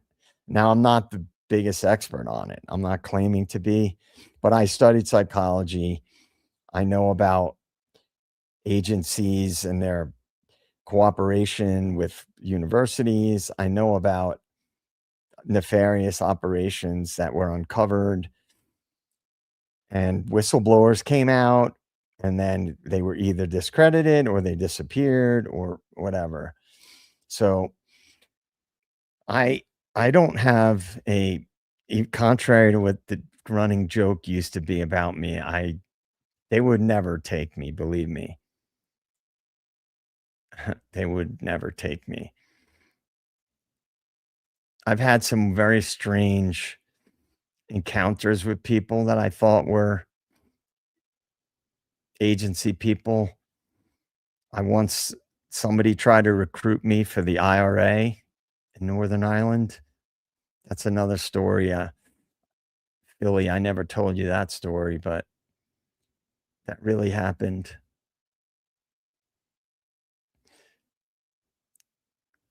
There's actually a movie about the Milgram experiment. I'm pretty sure. Yeah, I'm pretty sure there is. I think what's his name is in it. The guy who played, I'm drawing a blank. The pianist, he won an Oscar. Adrian Brody, I think, was in it. I think he was in that Milgram movie. Hey, JJ, I'm not sure, Foxy Rose, what you're referring to. If you can just refresh my memory, I will definitely answer you. Philly, I gotta go get my rooster off the roof real quick. Oh boy, I'll be right back. He's making a lot of noise up there. I can hear him all the way over here. Yeah, I don't want him to disturb the stream or anything like that. So I'll be right back. Got it. Yeah, Foxy, if you could just remind me, I'm sorry, I must have missed it. A lot of comments are coming in pretty quick, so I apologize. Let's see what else is here. Yeah, Philly girl, I'm with you. I've had enough of the G's. They literally make me nauseous when I see them. And to be honest with you, JJ and I have had long conversations about them. I think that was one of my first flags, was just the way that they acted, the parents. Because as a parent myself, even if it's almost 4 years later, and if my child was truly murdered that way, I don't even think I would be able to speak without just going into an emotional state.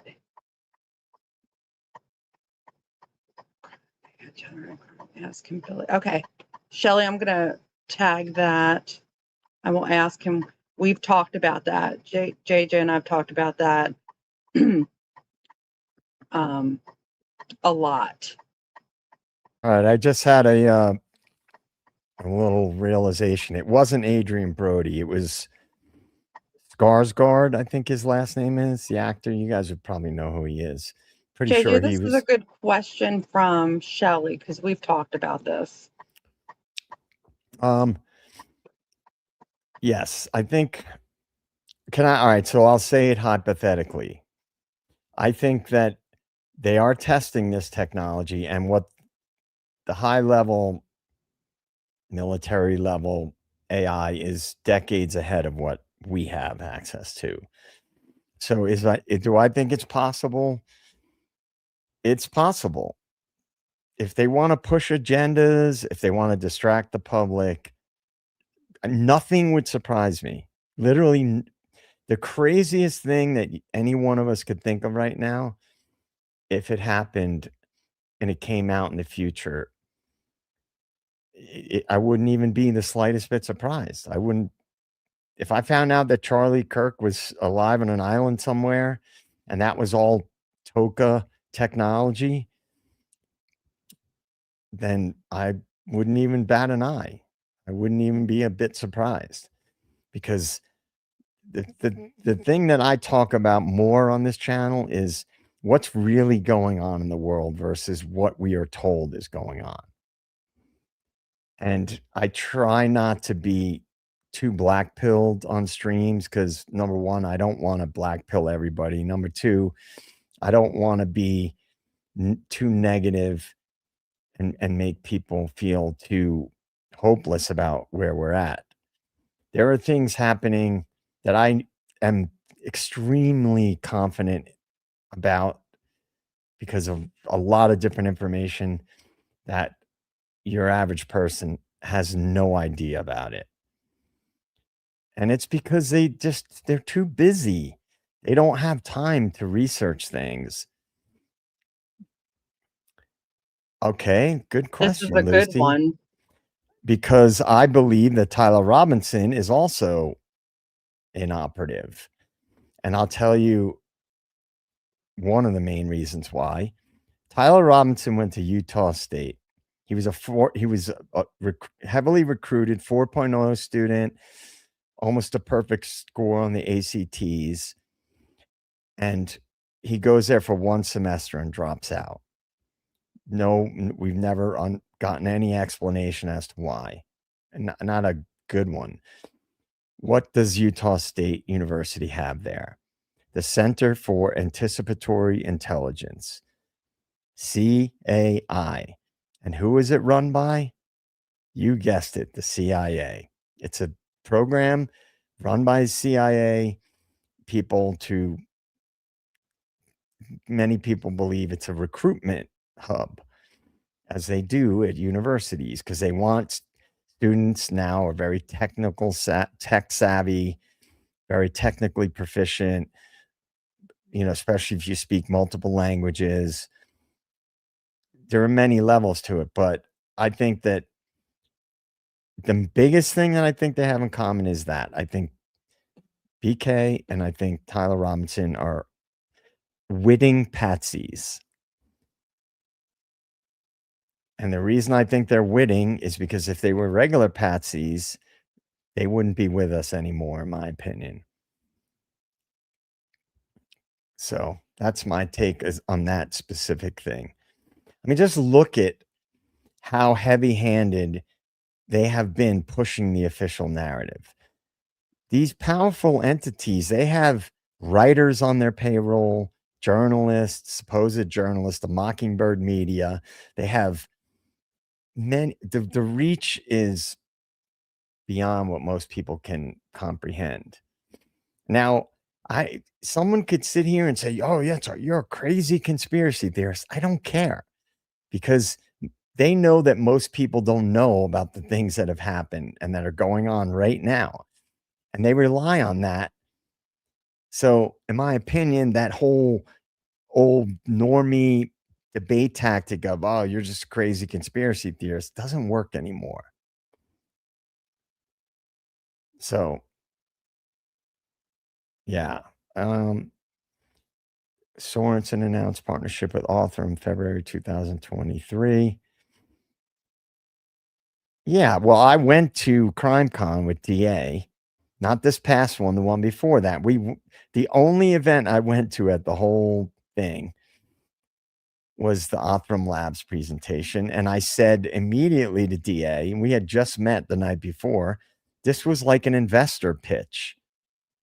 That's what it was. It was a propaganda investor pitch and a propaganda way to sell this IgG technology to the public. Well, yeah, I mean, this is something that anybody who's done some digging knows about MK Ultra, and that's just what we know about it. And there's no logical reason to believe they stopped doing it. Now, that is something I've been asked about recently. And I wouldn't rule it out. I wouldn't rule it out, but here's one of the old school common denominators with MK Ultras. The people will be like, I don't remember what happened. I don't know where I was. And I haven't seen enough of that in the Idaho 4 case. Plus, he was a graduate student. So he literally was still, by all accounts, whether they'd say he wasn't doing well, he was still in school. He was still working as a teacher's assistant.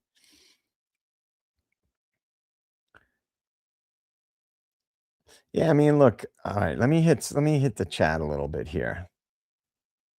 Let's Philly, let's throw up some good comments and stuff, and we'll start getting into it. So that my theory is that we're being lied to about what really happened. That's number one. I'm confident in that. Very confident. I think that when you have like coordination on that level, that it's in my opinion, it goes beyond the local level, and it goes beyond just framing somebody. And so could it be that I think this, see, I want to be clear. The plea stuff to me is theater. People will ask me, "Oh, so is that why he pled guilty, or is that why he's now trying to withdraw his plea?" This is all part of the operation, guys. I've said it a million times. Look at what happens as a result of cases. But you have to be patient. Sometimes it takes years because the elites think in decades. So you have to be patient. That's why I've said it a million times.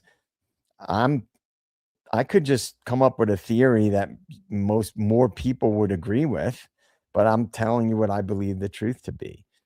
I stand to be challenged. Like, people can say, well, you have no proof of that. So I realize that, but this is what I believe is going on. There you're. Know thyself. What's up? You guys are the deep state, by the way. I don't know if you guys remember that. Steve G is a savage. He's the alpha.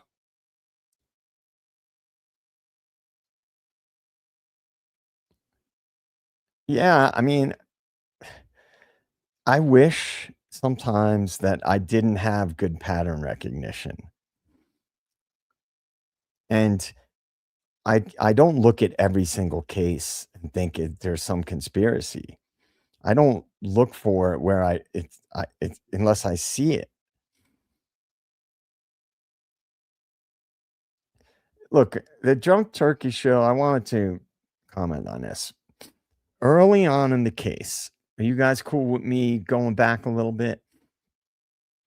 Before Brian Koberger was ever introduced, I was following this case after a few days. As soon as I found out that there was an 8-hour delay, and I'm like, okay, so they must be investigating the surviving roommates, right?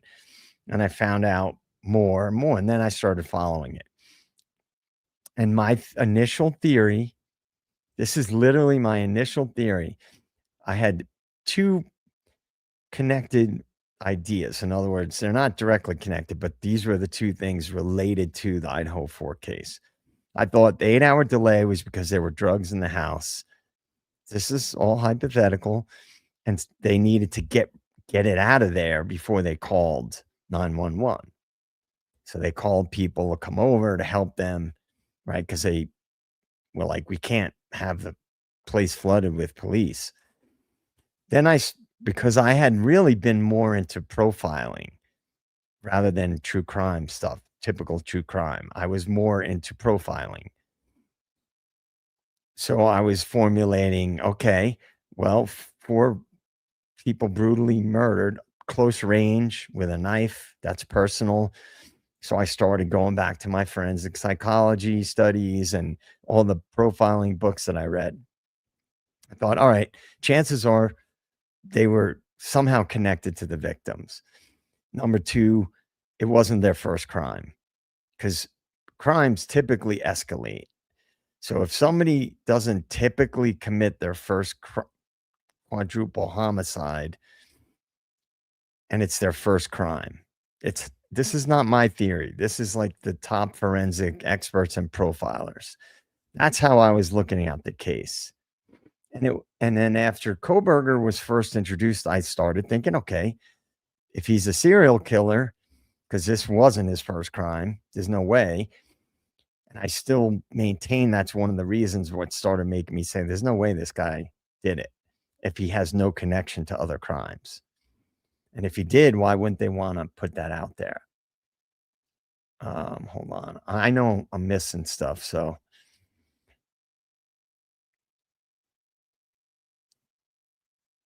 Yeah, all right. Back to, I got sidetracked. So early on in the case, when I started following it, there were some creators that were on it fairly early. There was like JLR, there was Drunk Turkey was pretty early. That guy T Rev, he was following it pretty early.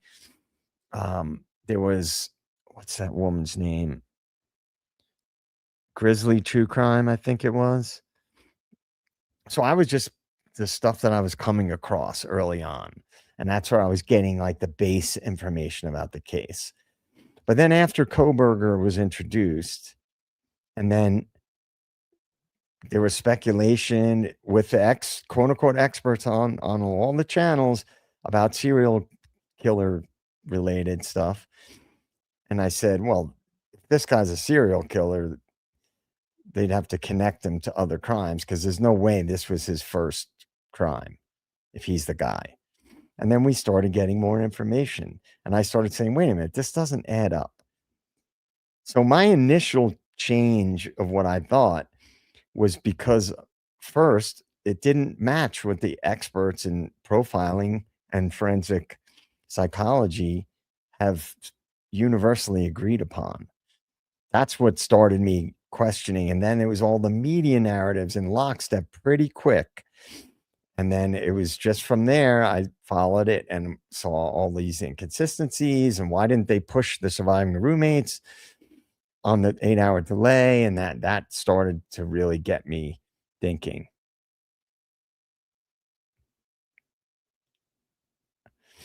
Yeah, I don't think that either. And in the beginning,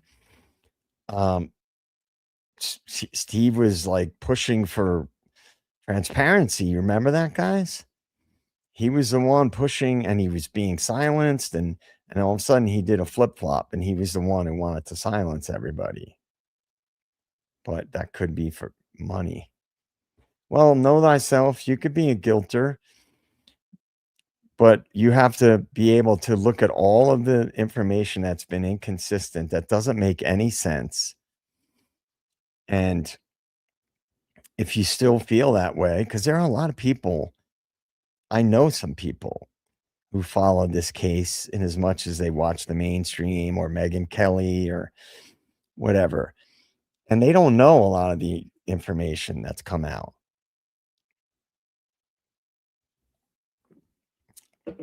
I'll ask you this question, know thyself. Why do you suppose they would have to lie to the public if they had solid evidence about Koberger? Like he was stalking them, like they told us in the beginning, like they have the information that puts him in the house. Why wouldn't they be clear with the public on how they have this information? That to me, when any institution is being shady about their information and all the mainstream media is on board with pushing a narrative that largely turned out to be false, to me, that implies coordination. And if someone's just a guy who's guilty, some lone incel, graduate student, why would you need to lie about things? You wouldn't have to worry about people not buying the official story. Well, guys, powerful people know things that we don't know. They brush up against it. So if you're like some super powerful lawyer, defense attorney who makes millions and millions and millions of dollars a year, you've brushed up against the intelligence agencies. You've brushed up against the feds. You know how things work, but it doesn't behoove you to reveal that to the public if you want to continue to have the connections you have. Well, know thyself. If you've looked at all that information, then like the inconsistencies about what we've been told versus what came out later. I mean, at the plea hearing, Bill Thompson pretty clearly stated that a lot of what they were pushing out to the public wasn't true.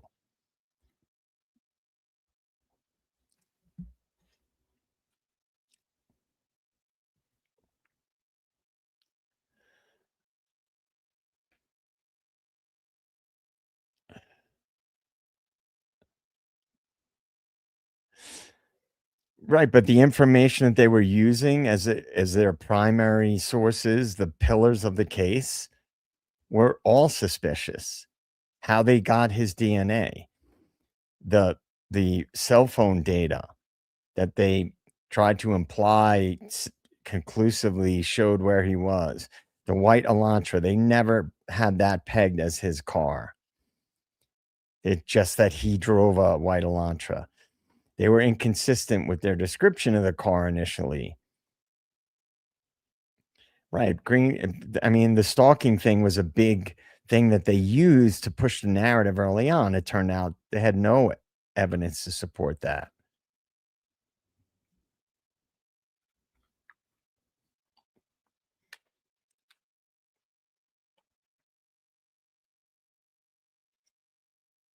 Right. But I understand that. They don't wait, where did know thyself go? They don't unseal it all. Right. I'm talking about what we've been told. So why wouldn't they convict? Why would they let him take a plea deal? The family, the G family certainly wanted the death penalty. They were vocal about it. Why would they take a plea if they had so much information that could convict him? Why? Top attorneys have commented on this. They were saying, why would he take a plea deal? Most of the evidence was circumstantial that was released. What's up, Amish? Good to see you. You're welcome to come up, man, if you want to talk, and we can have a little discussion.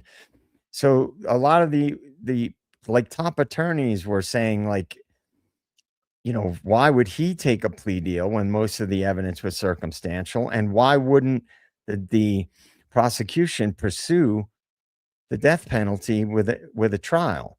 Could it be because they didn't really have that much information and a lot of things would come to light that they didn't want to come out?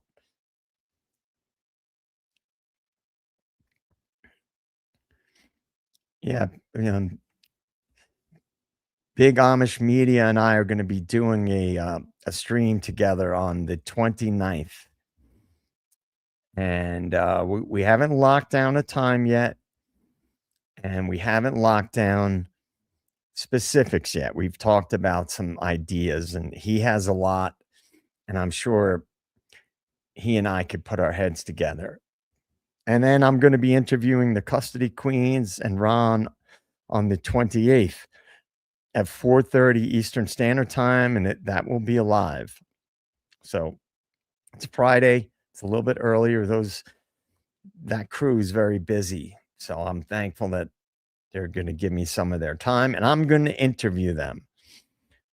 I'm going to let them tell me. Right, and you haven't watched my content about what I think is going on with the case. So that's kind of that would give you some background to understand. And if you don't know the things that I speak about, like in other streams and whatnot, that's cool. I get it.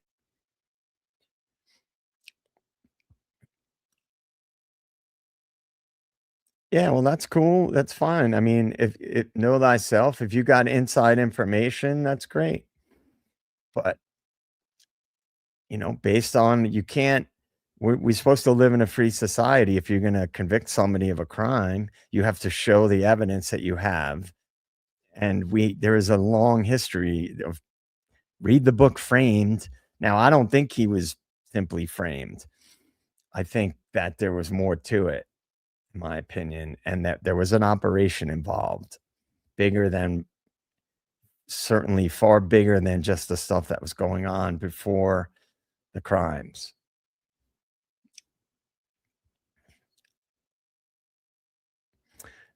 Pamela Smith, innocent people have taken plea deals admitting guilt when they didn't commit the crime. Yes. How you doing, Pamela Smith? Many times. I mean, it's especially with a death penalty case. But I don't believe, see, this is where it gets tricky. I don't believe that that's what's going on in this case, and that's just my opinion. There's too many other things happening in and around this case.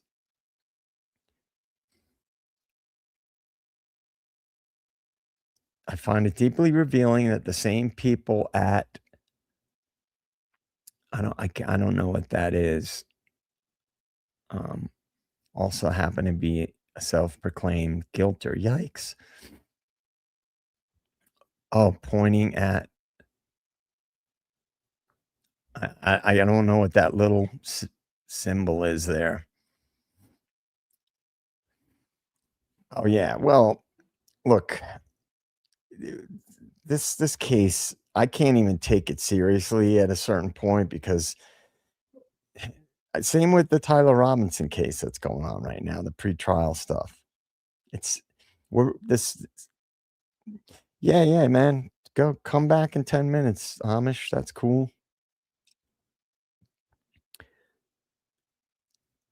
Why won't anyone tell the public what evidence proves Brian did? Right. I mean, but this is what we're supposed to have, like in a court of law. You're supposed to have evidence, and someone's innocent until proven guilty. So all of this nonsense surrounding the case, leading up to it, the introduction of Brian Koberger was all suspicious to me. I don't buy it. I don't believe anything we've been told at all.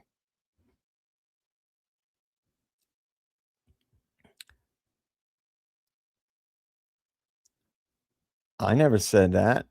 Who's saying her comments are irrelevant? Lucy's awesome. I'm just saying if I was referring to like the no, I didn't mean her comment was irrelevant. I was saying that the stuff that what we were talking about, like the different information, I'm only saying because of what my theory is. That's what I was getting at. Because I think they're playing us with a lot of what we've been told. Yeah, no, I wasn't saying that Lucy's comments are irrelevant. She knows that. Lucy knows I wouldn't say that. Oh, yeah, right. I gotcha.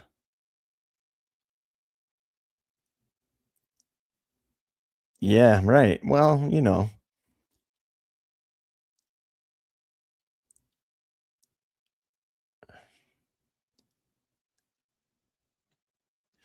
We're not taking your comments out of context. We invited you up to explain. It's hard in the chat when we're trying to follow what you're trying to put out there. So you're more than welcome to come up and explain to us in more detail what your theory is and what you are basing those theories on. Okay, kiss me. I wasn't sure, because Lucy's the shit. I would never say what she is saying is irrelevant. She knows what I meant. I know that she knows what I meant. You guys kind of get what I believe about this case for the most part. Oh, I gotcha. I told you guys, man, with my progressive lenses, it's hard for me to read the chat sometimes. I have to like move my head around. Sometimes I miss comments. Yeah, Lucy knows what I meant.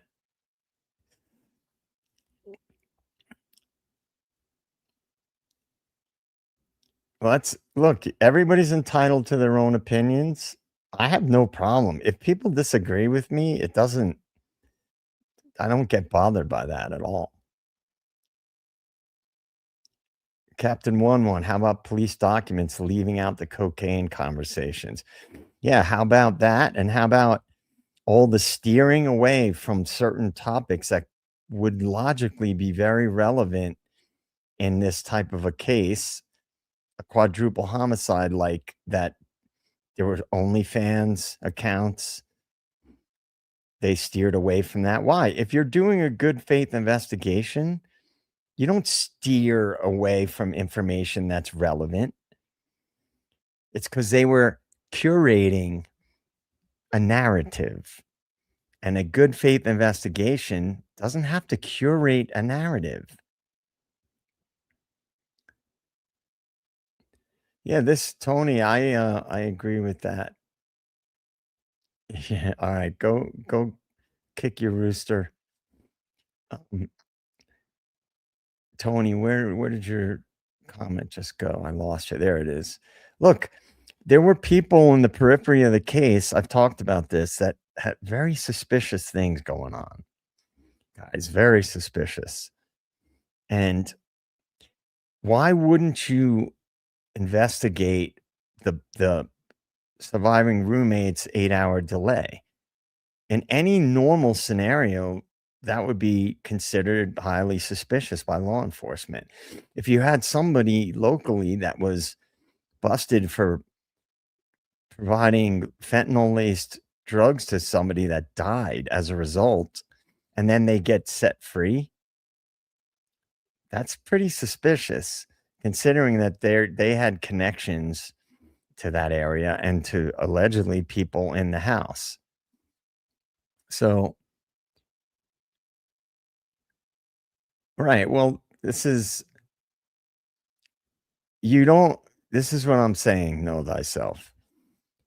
You don't know what I was talking about many times in the past and why I believe that. So you're coming in out of context and you're given a normie talking point. Somebody he confessed, he took a plea deal, he admitted to it. Which, if he was framed, people have taken pled guilty. Read the book Framed. Read it. John Grisham, bestseller. See if you think other people, have pled guilty to crimes they didn't commit. But that's a separate discussion from the one that I'm having.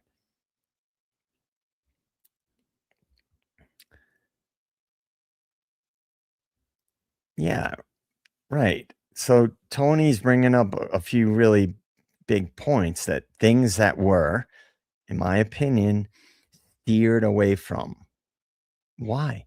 Could it be they didn't want the drug narrative to be associated with this, because if what happened was related to that, the blowback for certain institutions that would cause financial harm would be astronomical.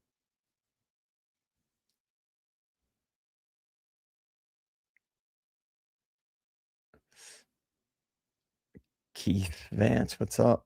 I've never seen the amount of time, money, resource thrown at a case trying to spin a narrative at a certain way when you, right. Thank you.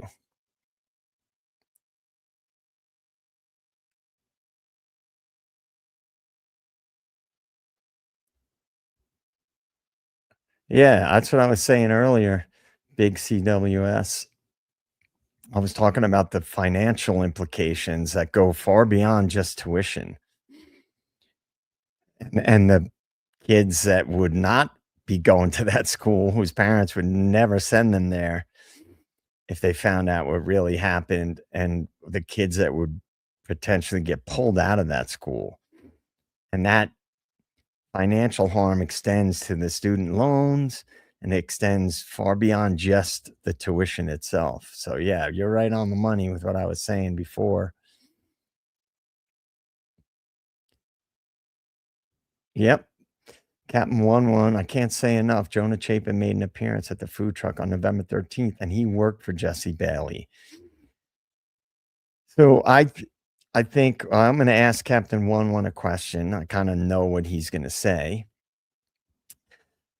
Do you believe that they were doing everything in their power, and those who really had sway over the investigation, to steer away from drug-related activities? And would you say that that's a plausible theory, and one that could be the foundation of why you would need to have somebody inserted into the picture? In your professional opinion, just considering the bigger picture, the school, the money aspect, I'd like to get your take.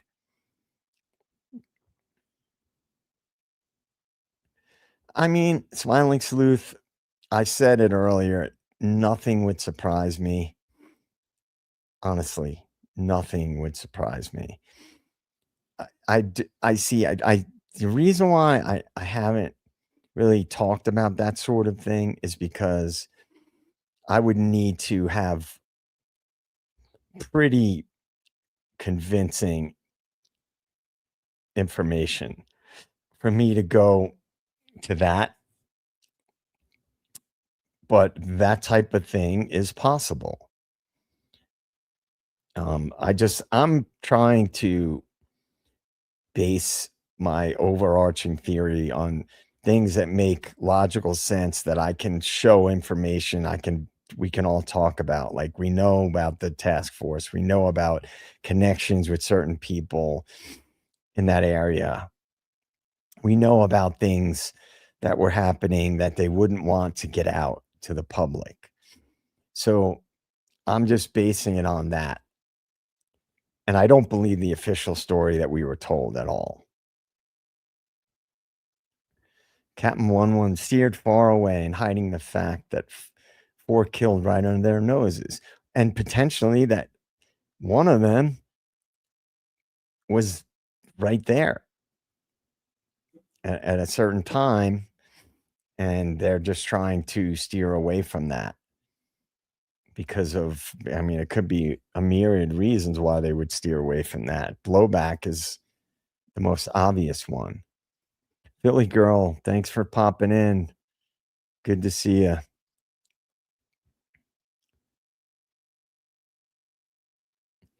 Yeah, it's tough. I mean, the sad reality about the society we're living in now is that I think the truth is much harder to come by. And there's too many corrupt people, in my opinion, that people can be corrupted. I've talked about this extensively over the years because I understand human psychology. And once you make one compromise, all the subsequent compromises are that much easier to make. Yeah, well, it is. I mean, look, Captain 1-1 knows that the reality of the world, and with what I've talked about a lot that's related to this is that that school was the economy in that area. Those two schools, literally, that's a remote area. So those schools are everything. They're all the source of they're the main source of all the income for everybody in that area, for all the businesses, for law enforcement, anybody connected. And if something were to harm that school, it would harm everybody. It would be a domino effect. And it would, let's be honest, guys. I mean, shit goes down all the time. And a lot of times we don't have the kind of consequences like to this level, like we saw with this case. Yeah, Lenny, good to see you. Lucy, those with the most information decide what to share and what not to share, when to share it. That is who controls. It doesn't matter, those controlling do so with truth. I mean, the power structure uses information as a weapon. And again, I want to. All right, so Philly. Oh, I'm sorry. I took that down by accident. Sorry, I meant to do that on YouTube. Not under Okay, you. no worries. Yeah, this Tony, it's a small place. I was there, and DA and I drove all around that area and around the state for that matter for like almost 5 days. And that area is remote. Besides the two schools, that's a remote area.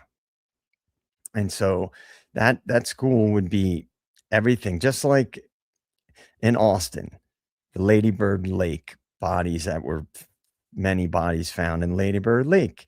And for years there was talk, is there a serial killer? Is there a serial killer? And police were denying it. Because what would happen to the economy in Austin and at UT Austin if it got out that there was a serial killer operating for years in that area?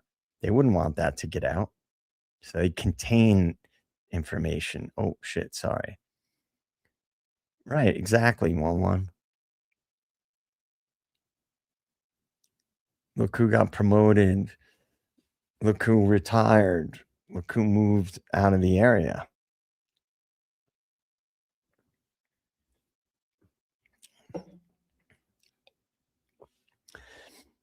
It was trippy to be there, honestly, because I've watched countless videos of people there and mainstream media people there and walks all over the town, and you learn about the case, and then you actually go to those areas. DA and I went to all the landmark areas where they had some significance. It was very weird.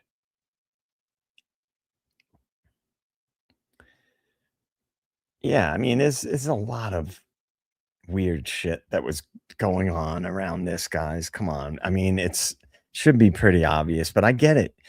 It's here. This is a good one. I want to throw up Lucy's comment here. Hold on. Where is it? Oh, here it is. Yeah. Lucy, I want to get your opinion about something. You're welcome, Karen Bell. I have felt for a long, long time that the whole Papa Roger thing, Papa Roger posts and whatnot, were one of two things. I thought it's someone connected to the case directly trying to steer information, like steer people, or to distract people, potentially someone in law enforcement, or perhaps someone connected to an operation in the area, and they needed to start planting seeds. But as far as the Soviet Red Army 13th Guard uniform, I'm not sure. What's your theory about that, Lucy? Tell me what you think. I'll keep an eye out for your comment. Oh, okay. So you're talking about the church. I mean, look, there are so many. I've never, ever seen a case that even remotely has this many threads to pull. I've never seen anything like it.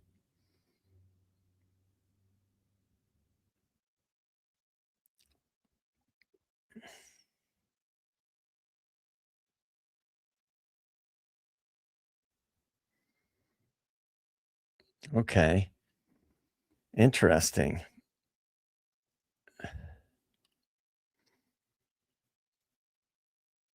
Okay. So here's a question. Is it possible that it was trying to steer the public's attention to something else?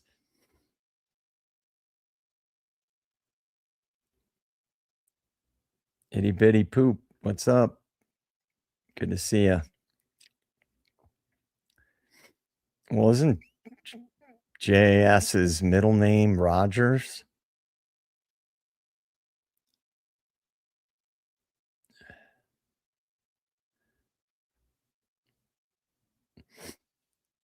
All right. So we got Big Amish here. We're gonna bring him up, and we're gonna chat. We're gonna chat. What's up, Amish? Hey, JJ. What's happening, man? Hey, thanks for having me. Hey, Big Amish. Good to see you. Philly Special. Much love and thanks. You've been great. Same back to you.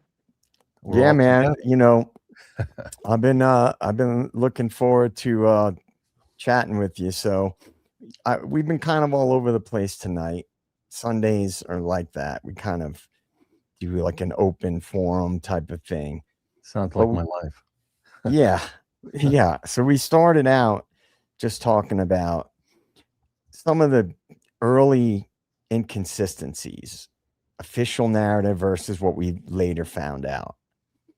And so, people were all, I told everybody, just chime in, because it was just a real general thing that Philly put together. And the bigger point that I was getting at is the amount of coordination that went into pushing the narrative, and that it appeared to go up pretty high. Like it was beyond just the local level, the pushing of the narrative. What did you have any thoughts about that? Yeah, I think could we all agree that Moscow PD and the local law enforcement knew nothing about any perpetrators? It just looked like a bungled, it depends how you want to look at it. It's either planned or bungled or both, right?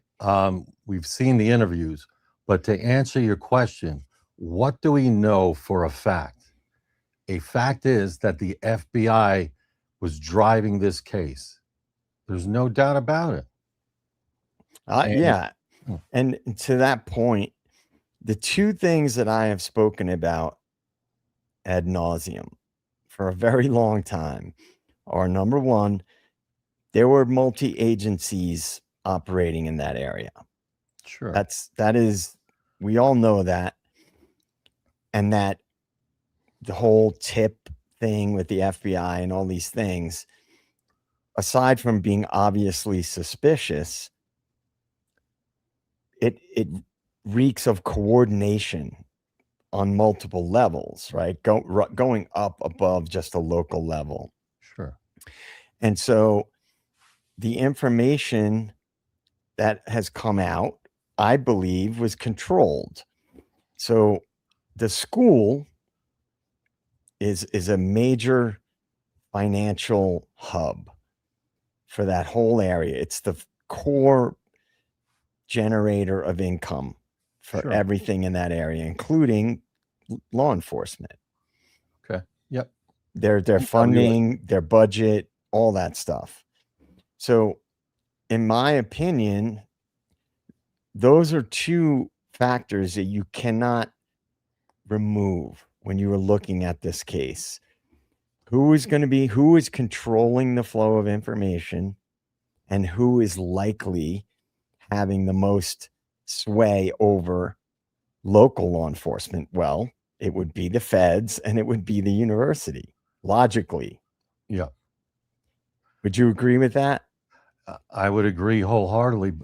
And don't forget the elephant in the room. At this time, what was about to be exposed as far as what the university was about to purchase or trying to purchase? Yeah, Phoenix University. What, $1 billion Yeah, involving former presidential administrators, excuse me, former officials from past administrations, of Biden and I think Obama's as well. And so you have that. I mean, just because they announce it publicly, 2 months, 3 months after the unalivings, certainly if you're going to put $1 billion purchase together, it takes a long time to even announce something publicly. So right. that was definitely being in the works. That was in the works, right? But if I could just bring up some valid points you're bringing in, and maybe I could tie in something that I'm thinking of as well. Sure. So you talk about local law enforcement and you have the feds. Don't forget how these joint task force operate. You have hybrid agents. They're local law enforcement when they need to be, but ultimately they're also federal agents as well. And so they create a federal firewall. Those are the type of law enforcement officials who are being paid separately by the feds, have an NDA, and also have certain requirements to protect the federal government from exposing methods and sources. So they're obligated, even if they're in MPD, be in their uniform, once they get information from the feds regarding a tip, that's how it's kind of relayed. And then it's passed on to a local law enforcement officer to take that tip and run with it. That joint task force officer, who is a hybrid, I'll call it a hybrid, cannot, under any circumstances, expose the federal operation or hand. So whatever they're doing, the feds are doing. Now, that same joint, that's just a law enforcement officer. That's a given that they're there. You also require the chiefs to actually sign off on this. The chief of police, MPD, and for the counties, for that matter, they all sign off and have embedded within their law enforcement, their county law enforcement or local law enforcement, have federal agents in that hybrid role specifically for this. Right. And the chief of police also has an NDA. They cannot disclose because they're getting federal funding. They're getting federal funding to have these embedded operatives basically within their local law enforcement community. So they've all signed off on it, at least a few of them. Not all of them, but a few. That's who are the gatekeepers, and they can never expose that the feds were the ones who provided certain information. And we know that from the case. We know that from the case. And Ann Taylor trying to get information. Judge Hippler shut it down.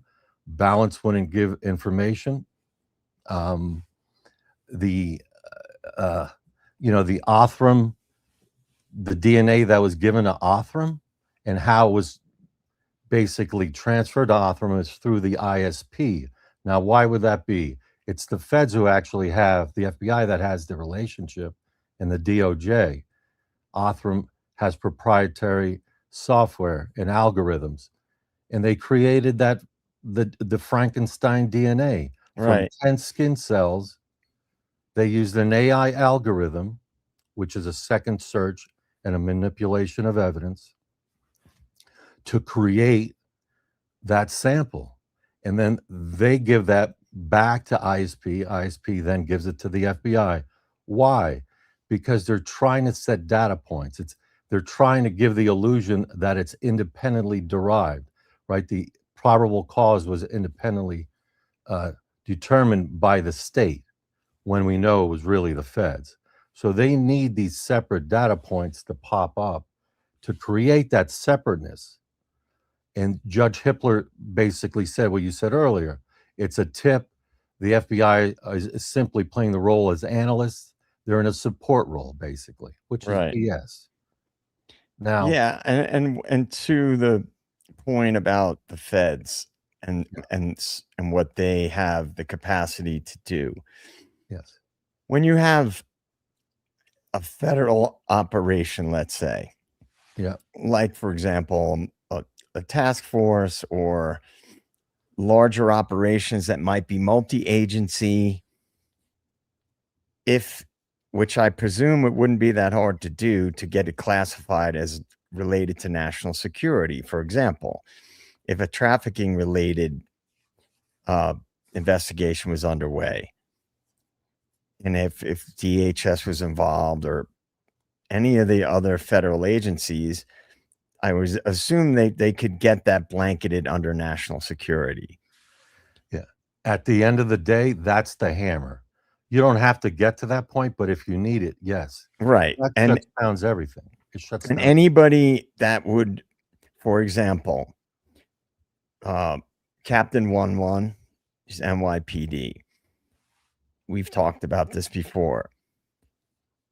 When you are in a large organization or any organization that has like law enforcement, military, things like that, it's very compartmentalized, like need to know.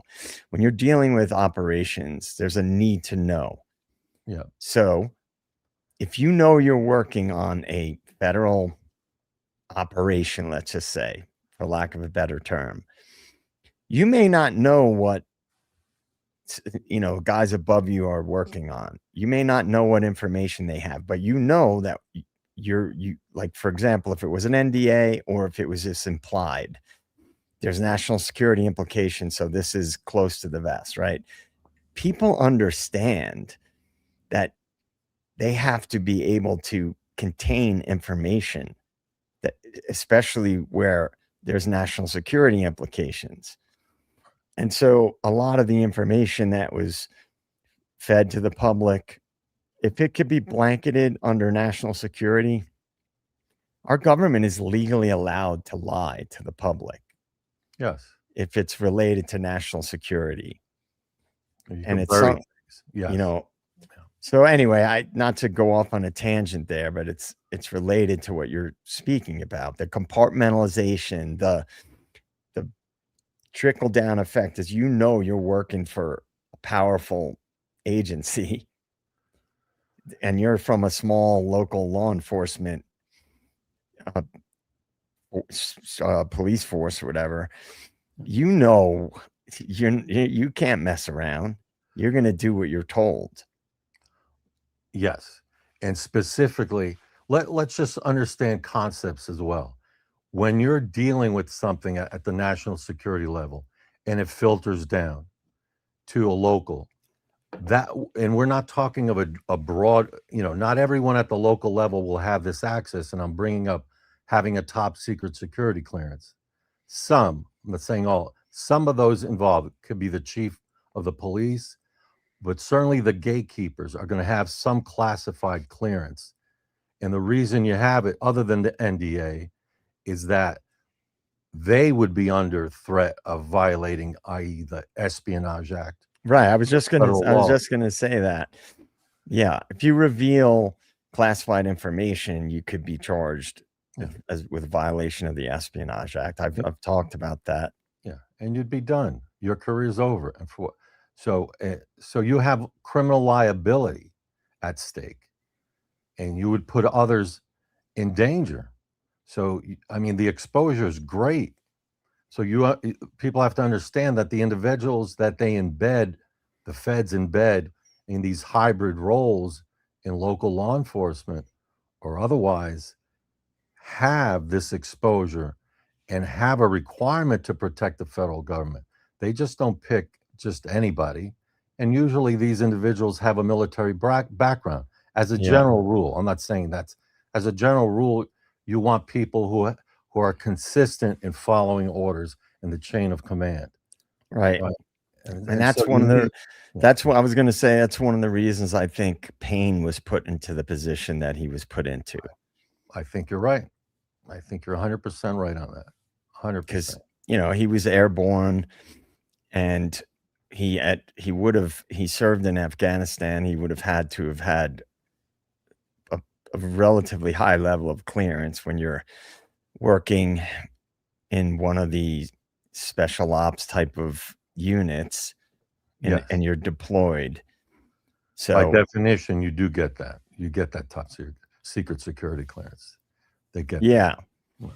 Yeah, well, dude, you're hitting on really important things, and you're explaining them very well, because I have tried to explain some of the bigger picture things about this sort of thing, but not just related to this case, related to the way information is now used and technology is used.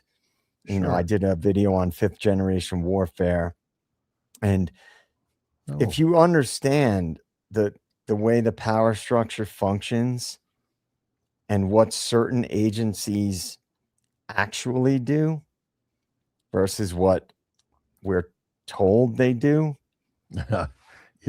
there's a disparity. And so sometimes people ask me, why do I believe what I believe about this case? And the best way I can explain it without them knowing the fundamental, the foundational stuff, Right. is the level of coordination and control of information and narrative control that I've seen in this case, and the amount of threads that you can pull with this case are like nothing I've ever seen. No, you're right. It's in a way, it's overwhelming. And just to put overwhelming in context, just remember the data dump, 68 terabytes of unindexed data given to defense weeks before trial. That is an enormous amount of data for any team to go through in a matter of years, let alone weeks, right? So, but who has the ability to generate that data? It's not Thompson and MPD. Let's Right. not fool ourselves. It was Josh Hurwitz dumping it.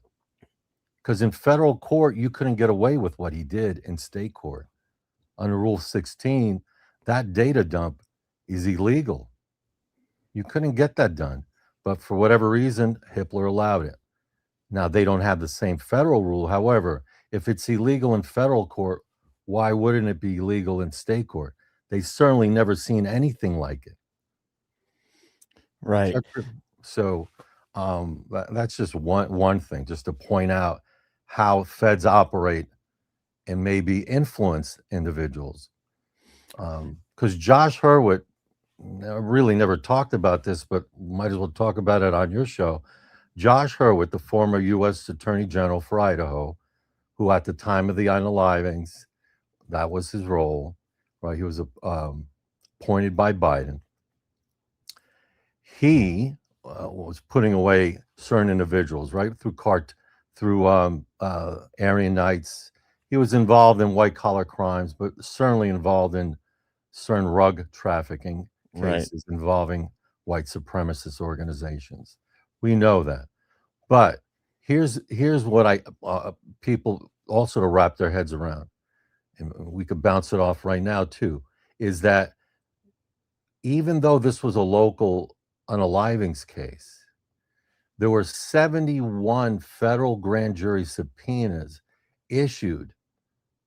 71. That is according to Ashley Jennings.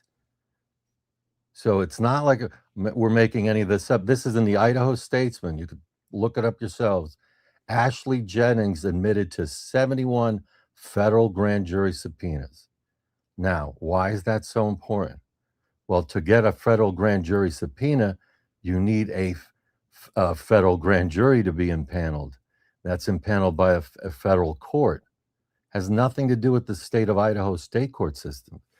And if you're having a federal grand jury subpoena, that means in 71 of them, it would indicate on the cover pages, the initial page and other ones that would follow, which were never given to defense counsel. Keep in mind, this was one of the fights for the motion to suppress and motion to compel with Ann Taylor, which was denied.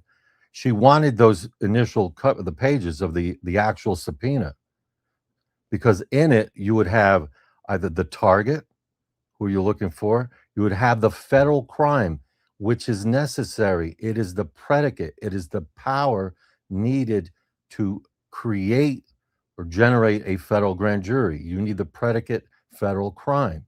So what was it?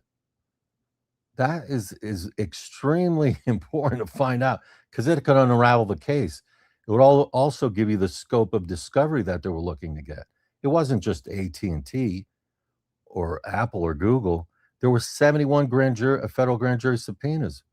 And who are the other individuals? It can't be just Brian Kohlberger, 71 of them.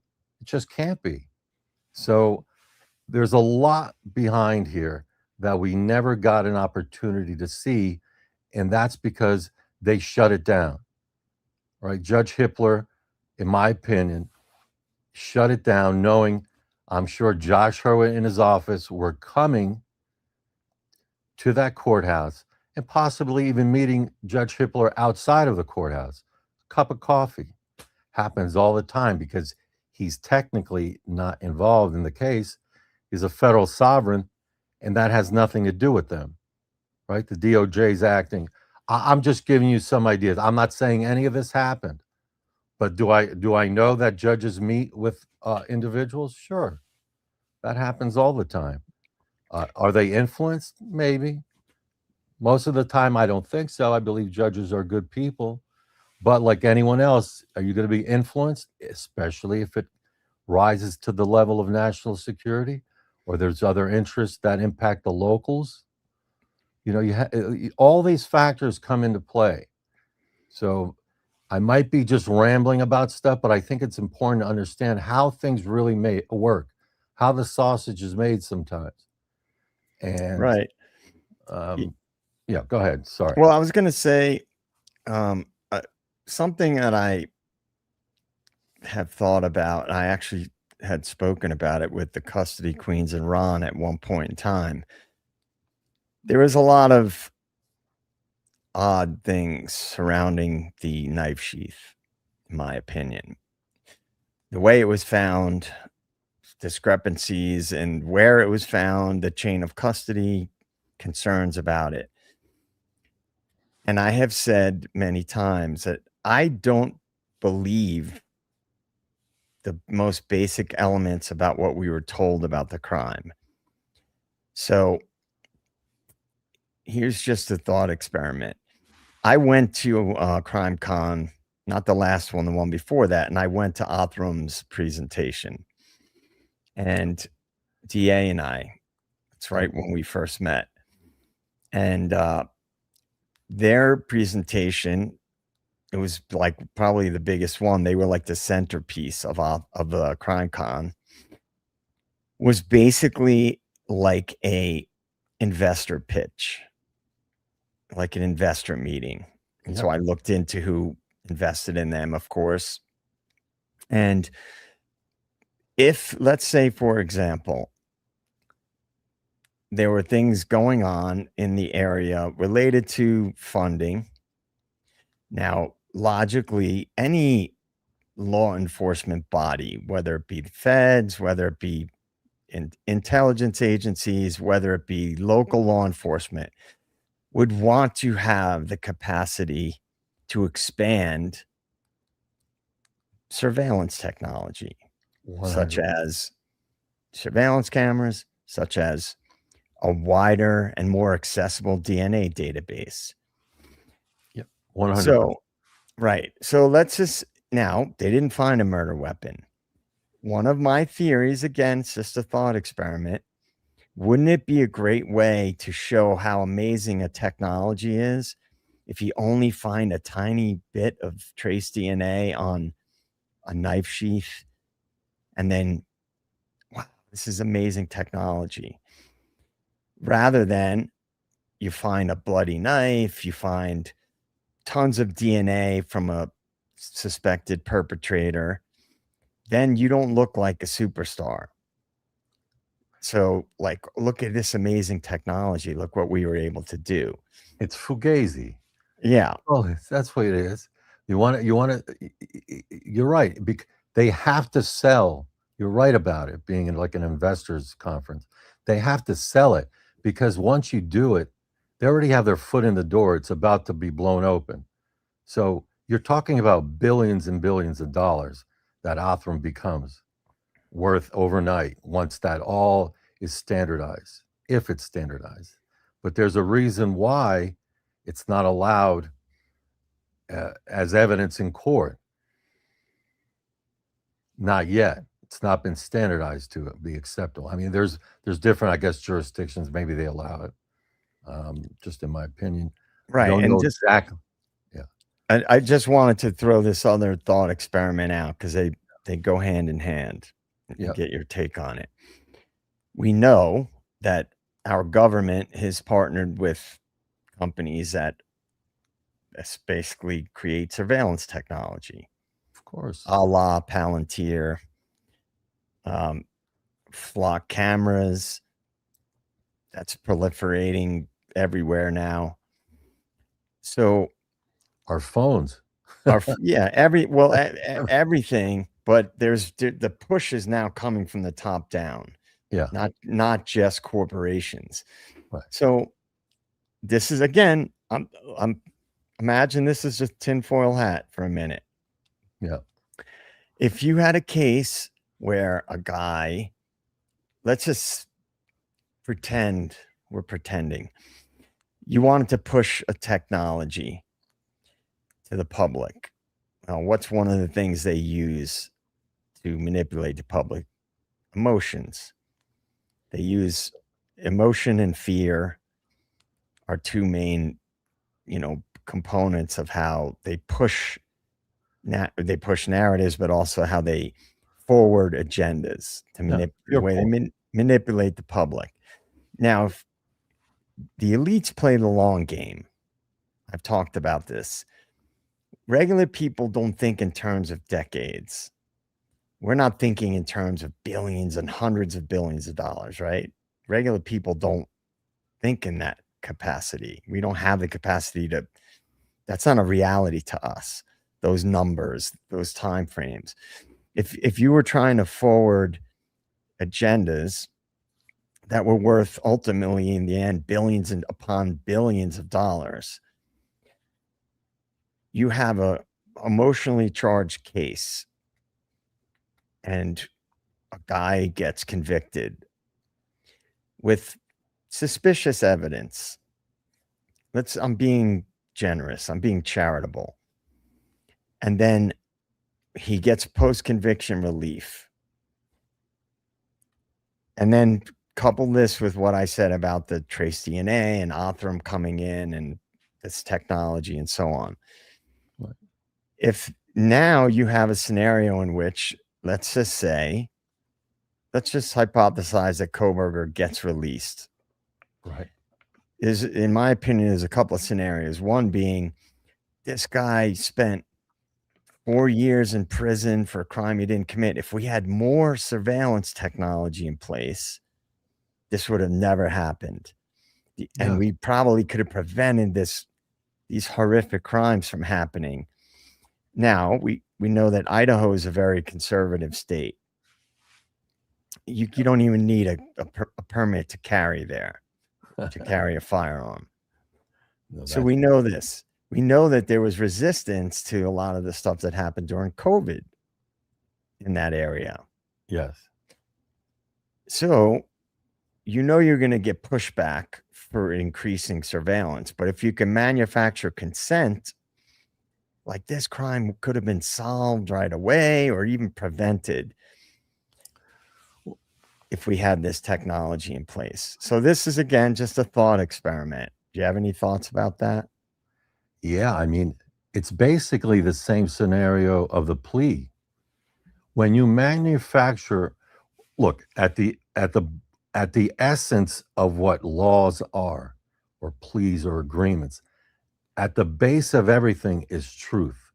If both sides have the truth, that's true consent. Would you agree? When each side has the information necessary and it's true, both sides could agree. And that's where you have the meeting of the minds. Right. And that's how the law should work as well. But what you're bringing up is when you're tricked. I'll use BK's own words. So you're tricking the public into their consent. And my question to you now is, if you're doing that, is it really consent? Because you tricked them. Right. So I would argue that it's not consensual, that you actually used fraud.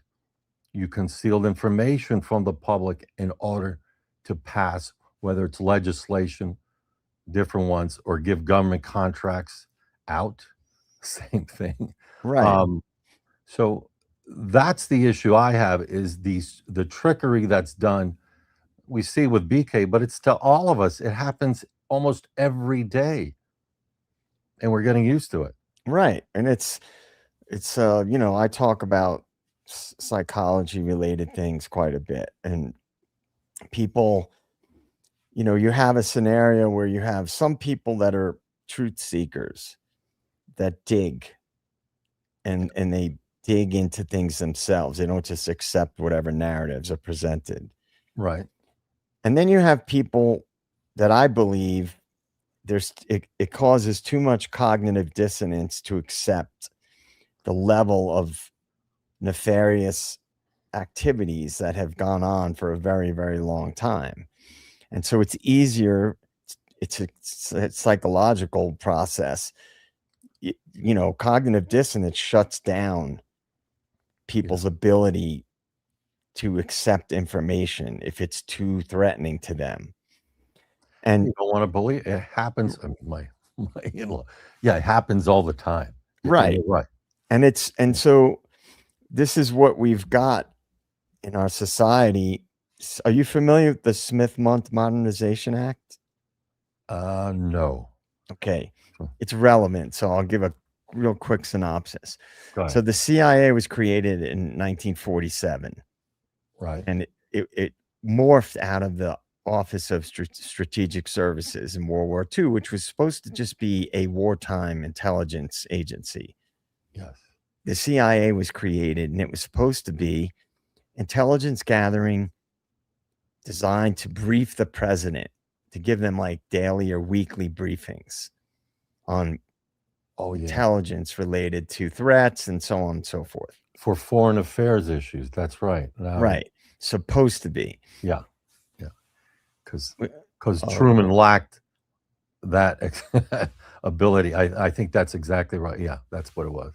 So what happened is, like, if you dig further and research it as to who actually created the CIA, and I'm not even going to go into that now.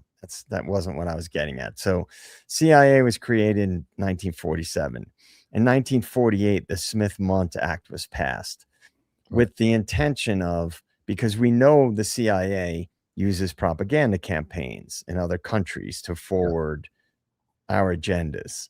Yeah. So the Smith-Mundt Act was designed to prevent them from being able to do it to American citizens. But that changed. In 2013, under Obama, the Smith-Mundt Modernization Act was passed, basically totally changing the Smith-Mundt Act. Essentially, they can easily find a foundational basis under which they can use propaganda and psyops against American citizens. And you'll notice since then, the divisiveness the nonsense stories the public has been fed have just totally ramped up. And people, to tie it back in with my point about the cognitive dissonance, if you talk to people about this, I can literally see them struggling with the idea that this is real, because that idea is, most people would say, how could that possibly be allowed? Well, if people knew half of the things that are allowed and half of the things the intelligence agencies do, they wouldn't sleep at night. So if you have a scenario in which there's some basis for a national security related operation, they can easily invoke that ability to propagandize citizens if the agenda is big enough. Now, I'll wrap up with this. Based on all my research, the CIA was actually started by Wall Street, and it wasn't for national security. It was to forward elite business interests around the world. And there's a lot of evidence that supports this. So if you take that and extrapolate it out, if the intelligence agencies are really working for the bankers, well, then their ability to use these types of tactics against American citizens now expands 1,000-fold. Because if the people pulling the strings are people that are solely interested in their agenda, like the investment bank agenda, look at where Scott Green came from, the president of the school. He was a Harvard guy who was in global finance. He wasn't in academia. So you have these interests, very powerful interests. And so I try to make sure that I'm looking at those things and paying attention if I can see threads that would connect to why the public is being led down this road and what could be the reason for it. Now, I don't think I'm ever going to get the truth about this, unfortunately, but the way that I look at things, I can't separate that from smaller things because they're all interconnected, in my opinion. No, I think you're spot on, and I think as far as Wall Street goes, we know they're embedded with intelligence, right? We know that, and you can look at whether they're bailed out, whatever you want to call it. They're funded. If you look at government contracts and who they funded, it'll just ring clear in your mind. As much as you might like Elon Musk or Tesla's, he gets government contracts. Is he compromised? You would like to think he's not, but is he compromised? Of course. And so many others. I mean, Bill Gates, you name it. We could all go down that road. Well, I do that a lot on my channel, aside from Idaho 4. Well, I'll be joining you more often then. Yeah, I mean, that's the majority of what I talk about is that kind of stuff. Okay. All right. Well, it's right up my alley too, that. But you could, without getting that aside, I'll bring it back to the Idaho issues, or just in general. I'll take something very local, at a local level. Let's say you took an Adderall, an Addy, or an aspirin for that matter. You take an aspirin, you get sick. Now you'd say, well, okay, how is that a local issue or is that a federal issue? Well, pharmaceuticals fall under federal jurisdiction, and if it's causing an illness or unaliving, you're now in federal territory, right? So if someone handed you a aspirin that you thought was an aspirin, but was actually tainted Fetty with some other combinations to it, do you think that's just a local issue? And if you find out that pill that you thought was an aspirin, that pill was actually manufactured, because you could actually determine the sources of the material of that pill. But let's say you find out the sources of that pill and how it was trafficked in, comes from like a Sinaloa cartel, and it gets transacted and distributed to the United States through local mules or other gangs, whether that be land gangs, you name it, whatever operations you want, Aryan Knights, whatever you believe the case. But it does get distributed. So now you have a product, one pill that originated, let's say, from the Sinaloa cartel in Mexico, okay, sourced there, that is then trafficked through their conspirators, their agents, right, through these mules and distributors into the United States, into local towns. And then one pill causes a death, unaliving in a local town. Now, there's a connection from that one pill, that one person who was injured, all the way to a national security threat of the cartel.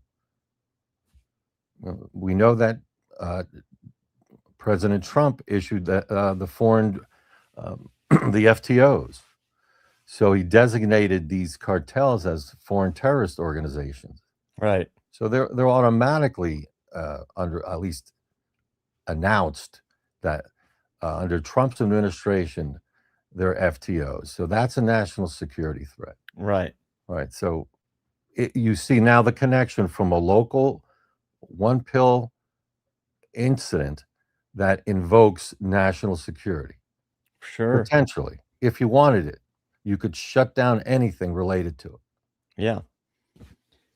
Yeah. I mean, I've talked a lot about how if there are national security implications or something can be blanketed under that, Yeah. they have a lot of leeway in what they can do and the resources they have at their disposal.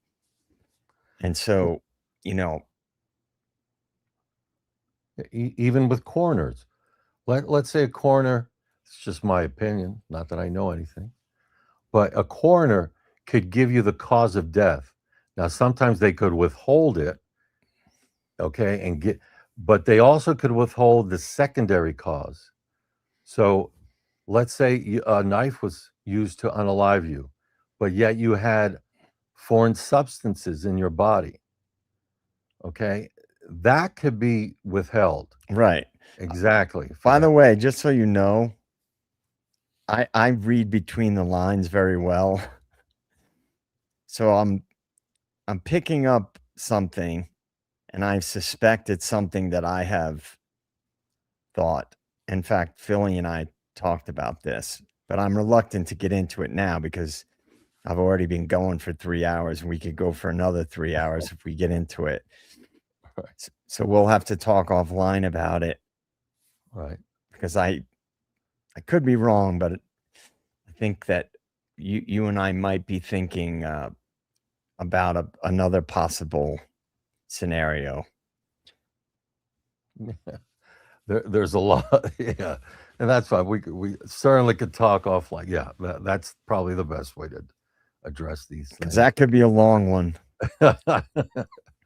Yes, no doubt about it. But I know. I mean, I totally get what you're saying. I understand the significance of the point that you're making, because you know I've talked a lot about this, and when people have asked me, why do you think what you think about this case, and I try to explain primarily how significant something would have to have extreme coordination and sophistication for this much.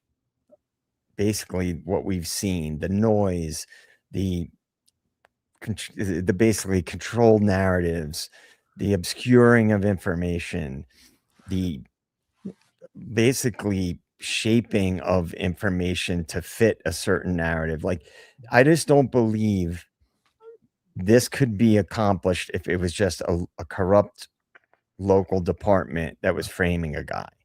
I just no. don't And believe it's that. still, lives are still at risk. And if you want, I could just tie it back into a couple of things that'll hopefully make things a little crystal clear. Don't discount the fact that there were federal grand jury subpoenas in the case. There could be sealed federal indictments against individuals that we don't even know about. And that's why the feds do that. They use parallel proceedings. They use parallel proceedings to allow the states to basically go after one or more individuals. And if they're not successful, they always have the federal charges laying back. So you could lose a case, someone walks on a state charge, but they get the turnaround and they're charged by the feds. Now, there also could be other aspects of it, because I do believe that a lot of individuals who may be assets, embedded assets, their lives might be at risk. So there's a lot of issues here that you can unravel. Do we know exactly what's going on? No. But do we know the red flags that indicate? And we know for a fact there was a federal grand jury impaneled. This is not made up. And there's sealed indictments used all the time in federal courts. Oh, yeah. So that's something we don't know, but clearly it would imply that there's federal cases regarding this case that we don't even know about it. And that's what the implication is, just on its face, from the 71 federal grand jury subpoenas. We know the feds have a bigger operation regarding perpetrators involved in this incident. That's just my take on it, but I don't know how else to take it. I've one of my main theory is that I think Brian Kohberger was working alongside some of the funding, NIJ funding related grants, and that he was brought in as because remember, and I've said this a million times, what we know about him and everybody in this case and the periphery of the case is what we've been told. And if there was a need to have somebody to keep things moving in that town with that school, keep the money flowing in, and they needed somebody, I don't believe that it's as simple as Brian Kohberger was framed. I tend to believe that he had some contact with the agencies prior, and that he was brought in as an operative, a witting patsy, if you will, because of the levels that this goes up and the amount of resources behind the case and potentially risk for financial loss. Now, the one thing I say all the time is I think that the power structure never does things for just one reason. They don't deploy their resources for one goal. They have combined goals, right? There's converging interests. They have parallel agendas, if you will. Yeah. And that the financial situation in that area, which is connected to the banks because of the university, and then you have investigations that were going on that they didn't want the public to know about. So what do? You have a guy who's a willing participant. You bring him in. What would a PhD in criminology want to do after they graduate? They don't want to be on a local police department. No. Yeah, they want to work for the feds, the intelligence agencies, be a consultant, work for one of the agencies as a profiler, and then the other generic one is to become a professor. But we don't know who Kohberger, we don't even know anything about him. We don't know who he applied to. We're never going to know that. If he had applied with an agency, or if he was working in conjunction with an agency on bigger things. And look, when you join an agency, I was just talking about this, intelligence, for example, when you get a cover and you go to another country, when you sign up to work for, let's say, the CIA, and you want to be in operations, very different than, there's a lot of branches of the CIA. Yeah, no doubt. Yes. Right. And especially if you're black operations or you have a non-official cover, you know what you signed up for. You know that if you're engaged in an operation in another country and shit goes sideways, you may have to contend with a lot of things, including being prosecuted for espionage in another country. So somebody was asking me, well, why would this guy volunteer for this? If that's what you want to get into, that's the world you choose. And so I tend to believe that he is maybe not working like he's on the roster of one of the agencies. They use a lot of things to accommodate plausible deniability. But I tend to feel very strongly about that for many, many reasons, things that I've connected. But in my opinion, I don't think it's just some guy who got framed. No, not at all. I agree with you. And actually, when Philly and I first met, I was being ridiculed for bringing up the funding and how BK would have been embedded with Pullman PD and as a federal asset. But it actually goes beyond that. I could present a plausible.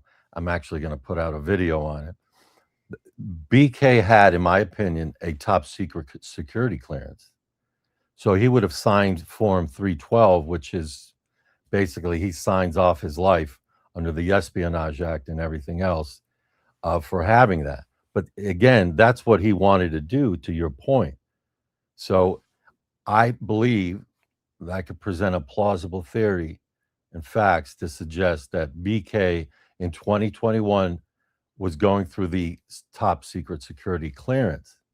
And so he could have been used, his knowledge and qualifications fit perfectly with what the FBI needed there, and the DOJ for that matter, for many reasons. But yeah, well, then we're pretty aligned on our, because that's my overarching theory and has been for a long time. And I've tried to it's hard to explain that to people who maybe don't understand the mechanisms. Like I've been the reference for somebody going for high clearance in the government with the feds. Like I had to be interviewed by a federal investigator for somebody. I know people that have been in that world or adjacent to it. And so there's a lot of compartmentalization, and a lot of people may not know about how operations are conducted and how for all we know, BK could be much older than we're told he is. My point, that I always go back to is we only know what we've been told. And in my opinion, you don't get that much coordinated narrative shaping with the mainstream media for just some local case. Right. In my opinion, there's got to be money and big agendas on the line. Now, if you and I were having this conversation on one of those mainstream true crime shows, they would laugh us off the show because they're never going to talk about that stuff, because the mainstream media has been in bed with the CIA since the 50s. Sure. So they're never going to talk about that. People have to research that on their own. Right.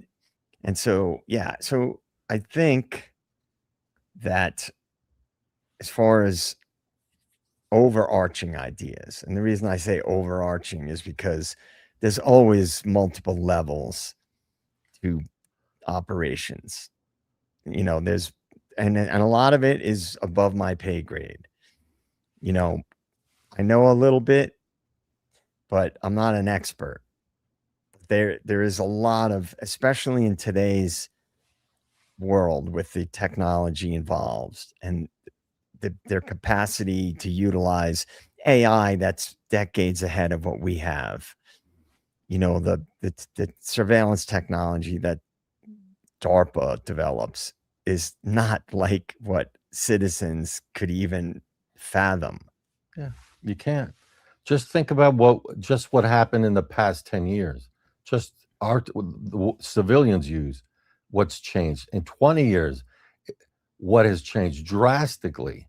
We AI is just one of them, but how we use our phones, uh, the mini computers, what we're able to do with our phones, right? But also what we could do with it also exposes us to being surveilled at the same time. So there's always that dual use. Of Let's course. let's not forget about it. It's just like aviation, right? Gyroscopes. You use it in planes to help navigate our planes, but they're also used on weapons and bombs. So Sure. the Well, all same. the technology that eventually trickles down to us starts with the military, Yeah, ultimately, because that's where the big budgets are. So that's who the big tech people do their business. I mean, Palantir was a CIA contractor that made no money for many years before imagine. they were this big public company. Look at how the internet was developed. All these technologies ultimately get developed for the military, and then they trickle down to consumers eventually, but it's usually a decade or more later that we get it. Sure. And they used DARPA uses their conduits. They pick their individuals who they know will open it up to the civilian audience. And guess what? It's no different than Othram. You create this need, this military need, right, to protect our country. But then there's the back door. That individual, that company is going to open up and sell to the civilian side and use a civilian base to surveil. That's just the fact. Any of Yeah, them. It's just the way it is. Othram is a great example now. That's doing that. right. And Totally. they utilize the public because remember, anything that's running through DARPA that's being developed, we're paying for it. Yes. So if they can manufacture consent through fear, through emotion, be safer, that's a big one that's used a lot. It's for your safety or your convenience. That's a big one they use, or you got to be a good person and support this for the greater good. I mean, that's another one that's used. And then divide and conquer is used as well. And, I've talked about DARPA, do you know about TOCA technology? Not from the acronym. No. So you know who Whitney Webb is? Yes, I do. Okay. She did a piece about it quite a while back, She's but great. I spoke about it on a recent video about flock cameras, and I added a little thing on TOCA in there. It's basically an Israeli company that developed a technology that they can, in real time, hack a video stream and change what is being seen on the stream, hack a phone, change in real time what you're seeing. So you're filming something, they can manipulate that. They can, in real time, manipulate video streams and surveillance cameras. So they can literally, in real time, tap into a surveillance camera and change what it's recording. So what people will ultimately see, or project real time Alter stuff. your reality. Right.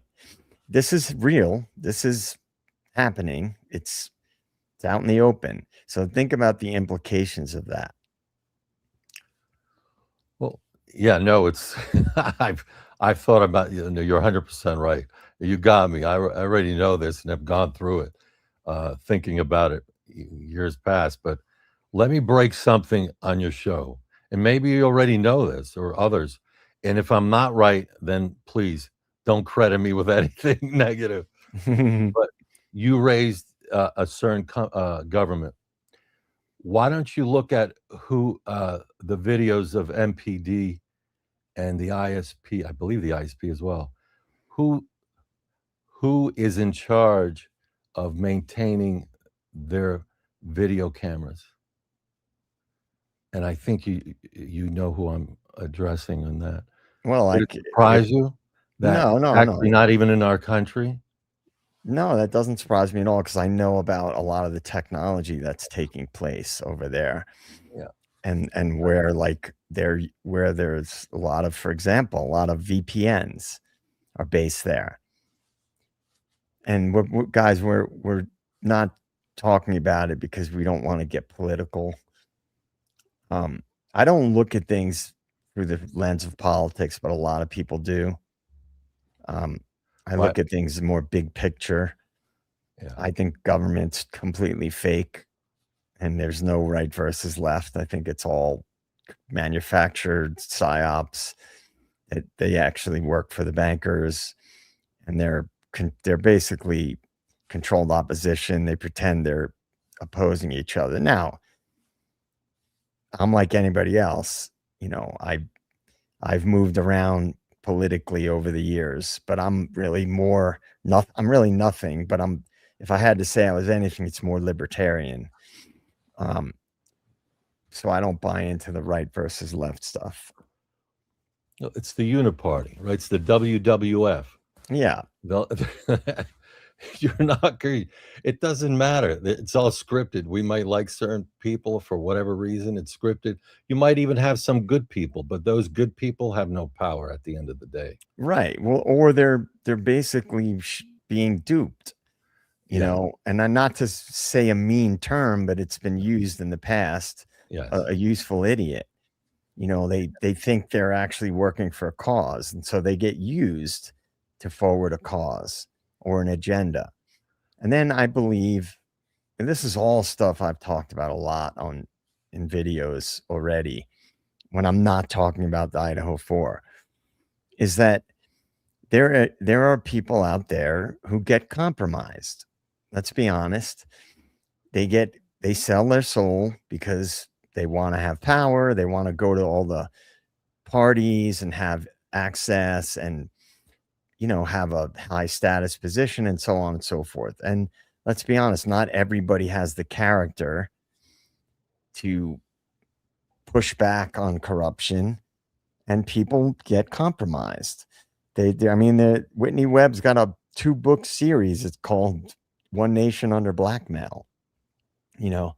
So I think that there are things going on. Before you came on stream, I was saying earlier that I don't want to black pill people too much because I want people to, one of the things I believe, which I never believed before, is that we are in a spiritual war, and that, amen, you're right. I look at it, just me, I look at it more akin to quantum physics, that we're all connected to this energy field. And the elites know that when people are operating at a low frequency, they don't push back. They get frustrated. They throw up their hands. But when people are operating at a high frequency, they band together and they don't buy into the bullshit. And I think that they want us divided.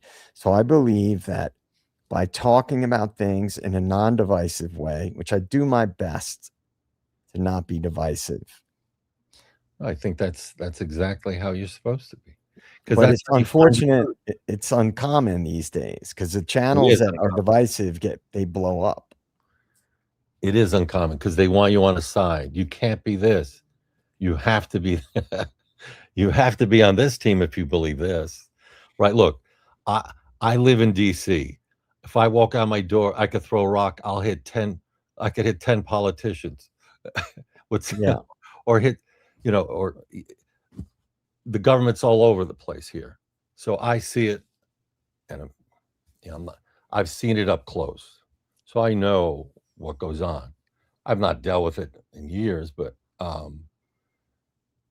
it's something that you're right. And sometimes I actually don't usually talk about it, but politics is right now at a fever pitch, and you have to pick sides for whatever reason. That's the narrative that's being pushed all over us. Yeah, and it's very effective.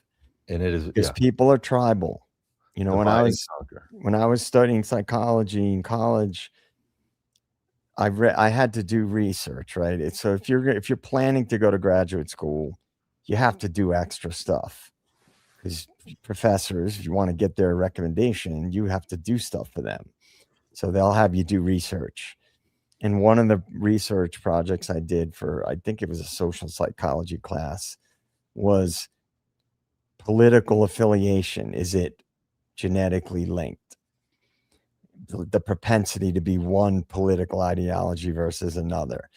And once you start looking into that, what are you going to come to? Tribalism, right? That's in our DNA. It's a survival mechanism. That's how we evolved in tribal societies. So, and it's they know how to manipulate people. The power structure. The CIA have some of the best psychologists in the world. So they know what buttons to press, how to get people to manipulate our behavior, social engineering, and the media engages in that. It's fairly obvious. And so Music. What's that? Music. Yeah, music, TV shows, Yeah, I'm just saying, movies. it's all frequency and energy related, right? Yeah. So So my goal, Amish, and anybody who's watched me for any length of time knows this, is put it out to the universe. Try to have a paradigm shift. You know, thinking people say, well, what do we do about it? You know, when I speak about all the fuckery that's going on in the world, say, oh, the best you can do first is spread awareness, because an awakening and a tipping point need to happen. yeah, it's But I believe that people's thought, I know this is going to sound weird because I'm not even that, like, I'm not woo woo or anything, but I believe that thoughts expand. And if you put them out to the universe, I believe there's a collective consciousness.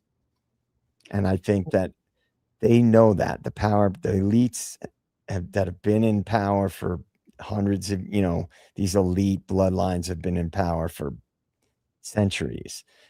They learn things about that, and they know they don't want that. So they try to disrupt it at every chance they can.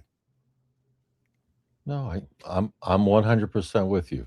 The ether, whatever you want to call black matter or the ether, that's the collective consciousness.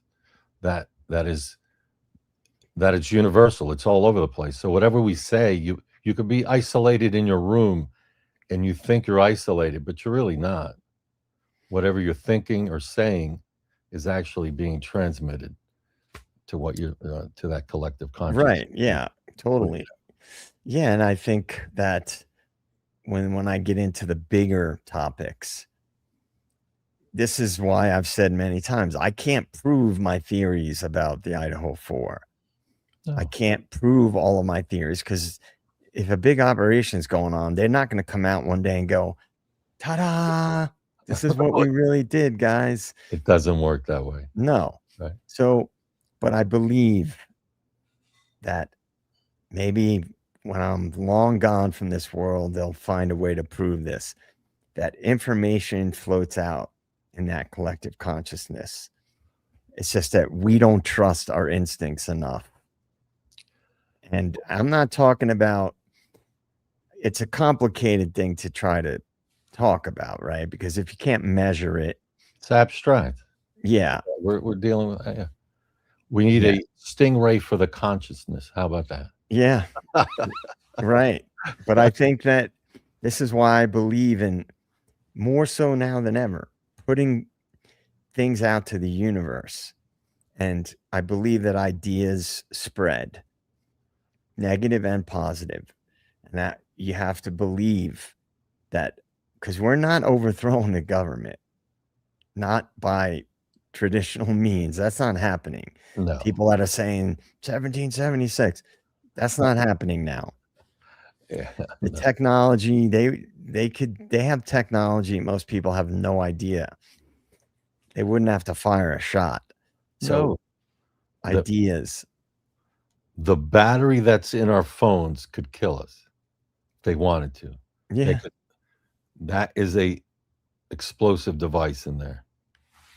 So we could leave it at that. Our computers or TVs, they could pinpoint where we are, and just, if that's the case, I'm not saying that would ever happen, but the Yeah. I mean, sinister side of technology can be used and has been used throughout millennia.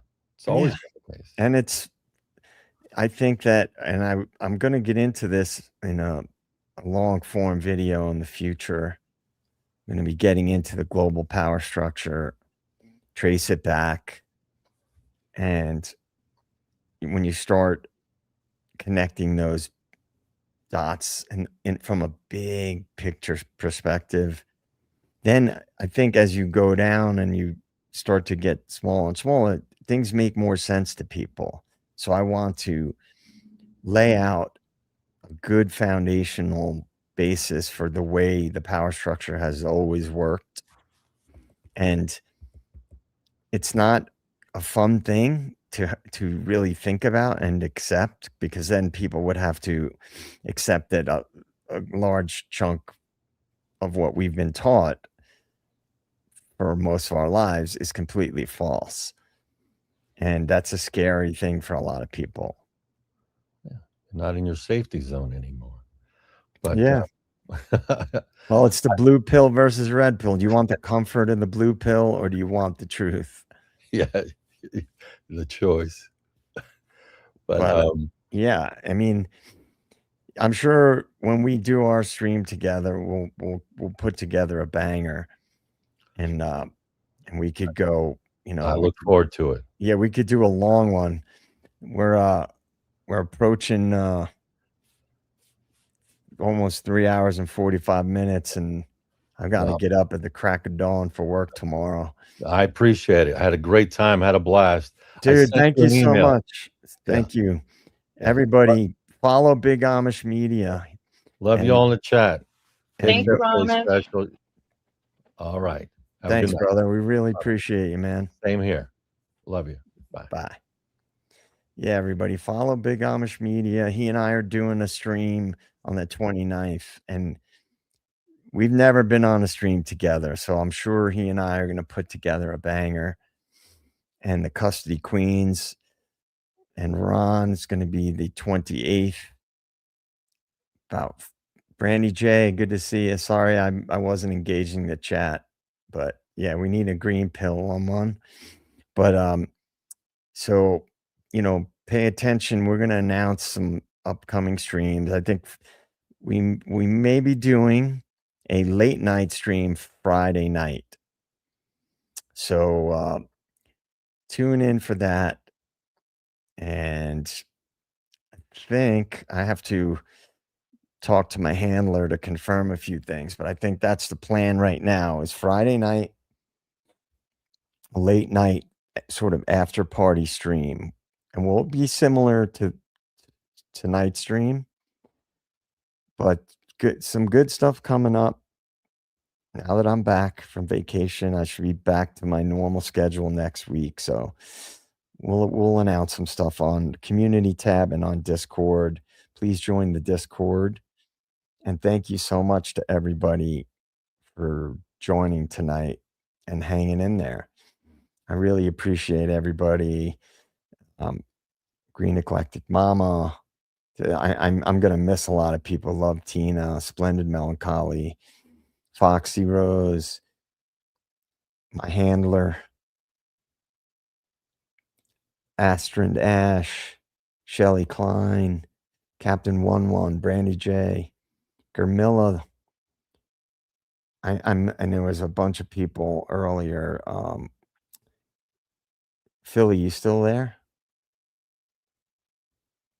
Let me see if I'm here. Okay. I know I missed shouting out people from earlier. Critter 1113, good to see you. Wrapping it up. And let's see, people that I want to shout out that were here earlier. Remind me, Philly. Love and Other Habits. Thank you. Rui and Pamela Blue. Smith. Pamela Smith just Pamela Smith. Lucy Morningstar. Big ups to you. Thank you, Lucy. Loving it up. I know there were a bunch here earlier, so. Soren. K. Soren.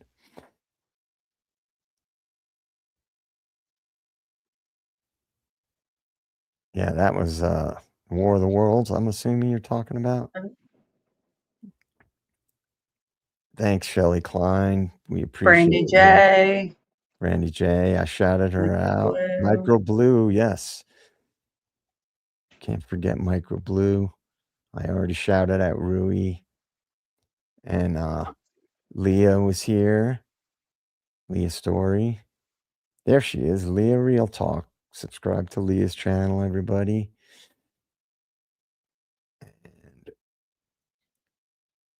there's other ones that were popping in earlier. Critter, shout out. And let's see. I know there are a bunch that I'm forgetting, but I'm fading out and I have to do some adulting. But thank you, everybody. And please like and subscribe and tune into the community tab and Discord because we're going to be announcing some stuff. We've got, and I'll give you a little bit of it.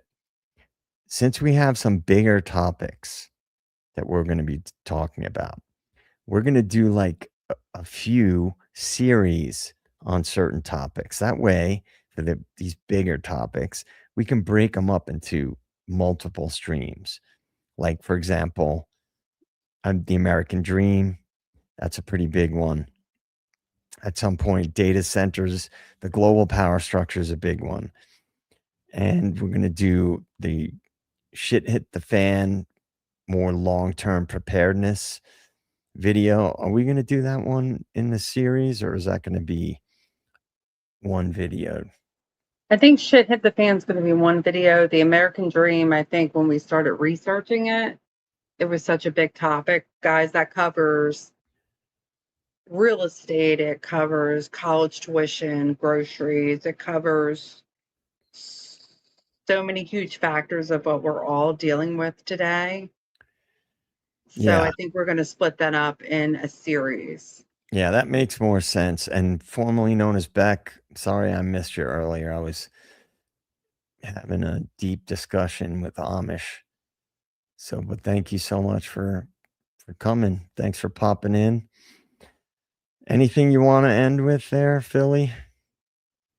No, I'm glad everybody came in. There was really great comments, a lot of good discussion points in the chat.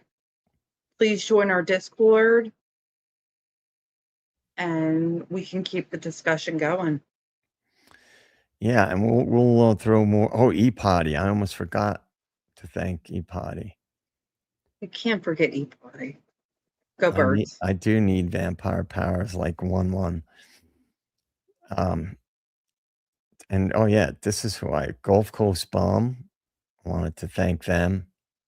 And of course, Tony Stevenson. Thanks, man, for all the good discussions.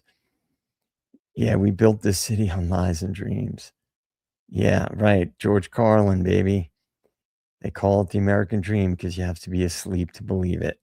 I think we'll end on that one. All right. Good night, everybody. Tune in, pay attention. We'll be announcing upcoming stuff, but plan on a late night stream Friday night. We'll announce the time and everything. We'll see you all very soon. Have a great night.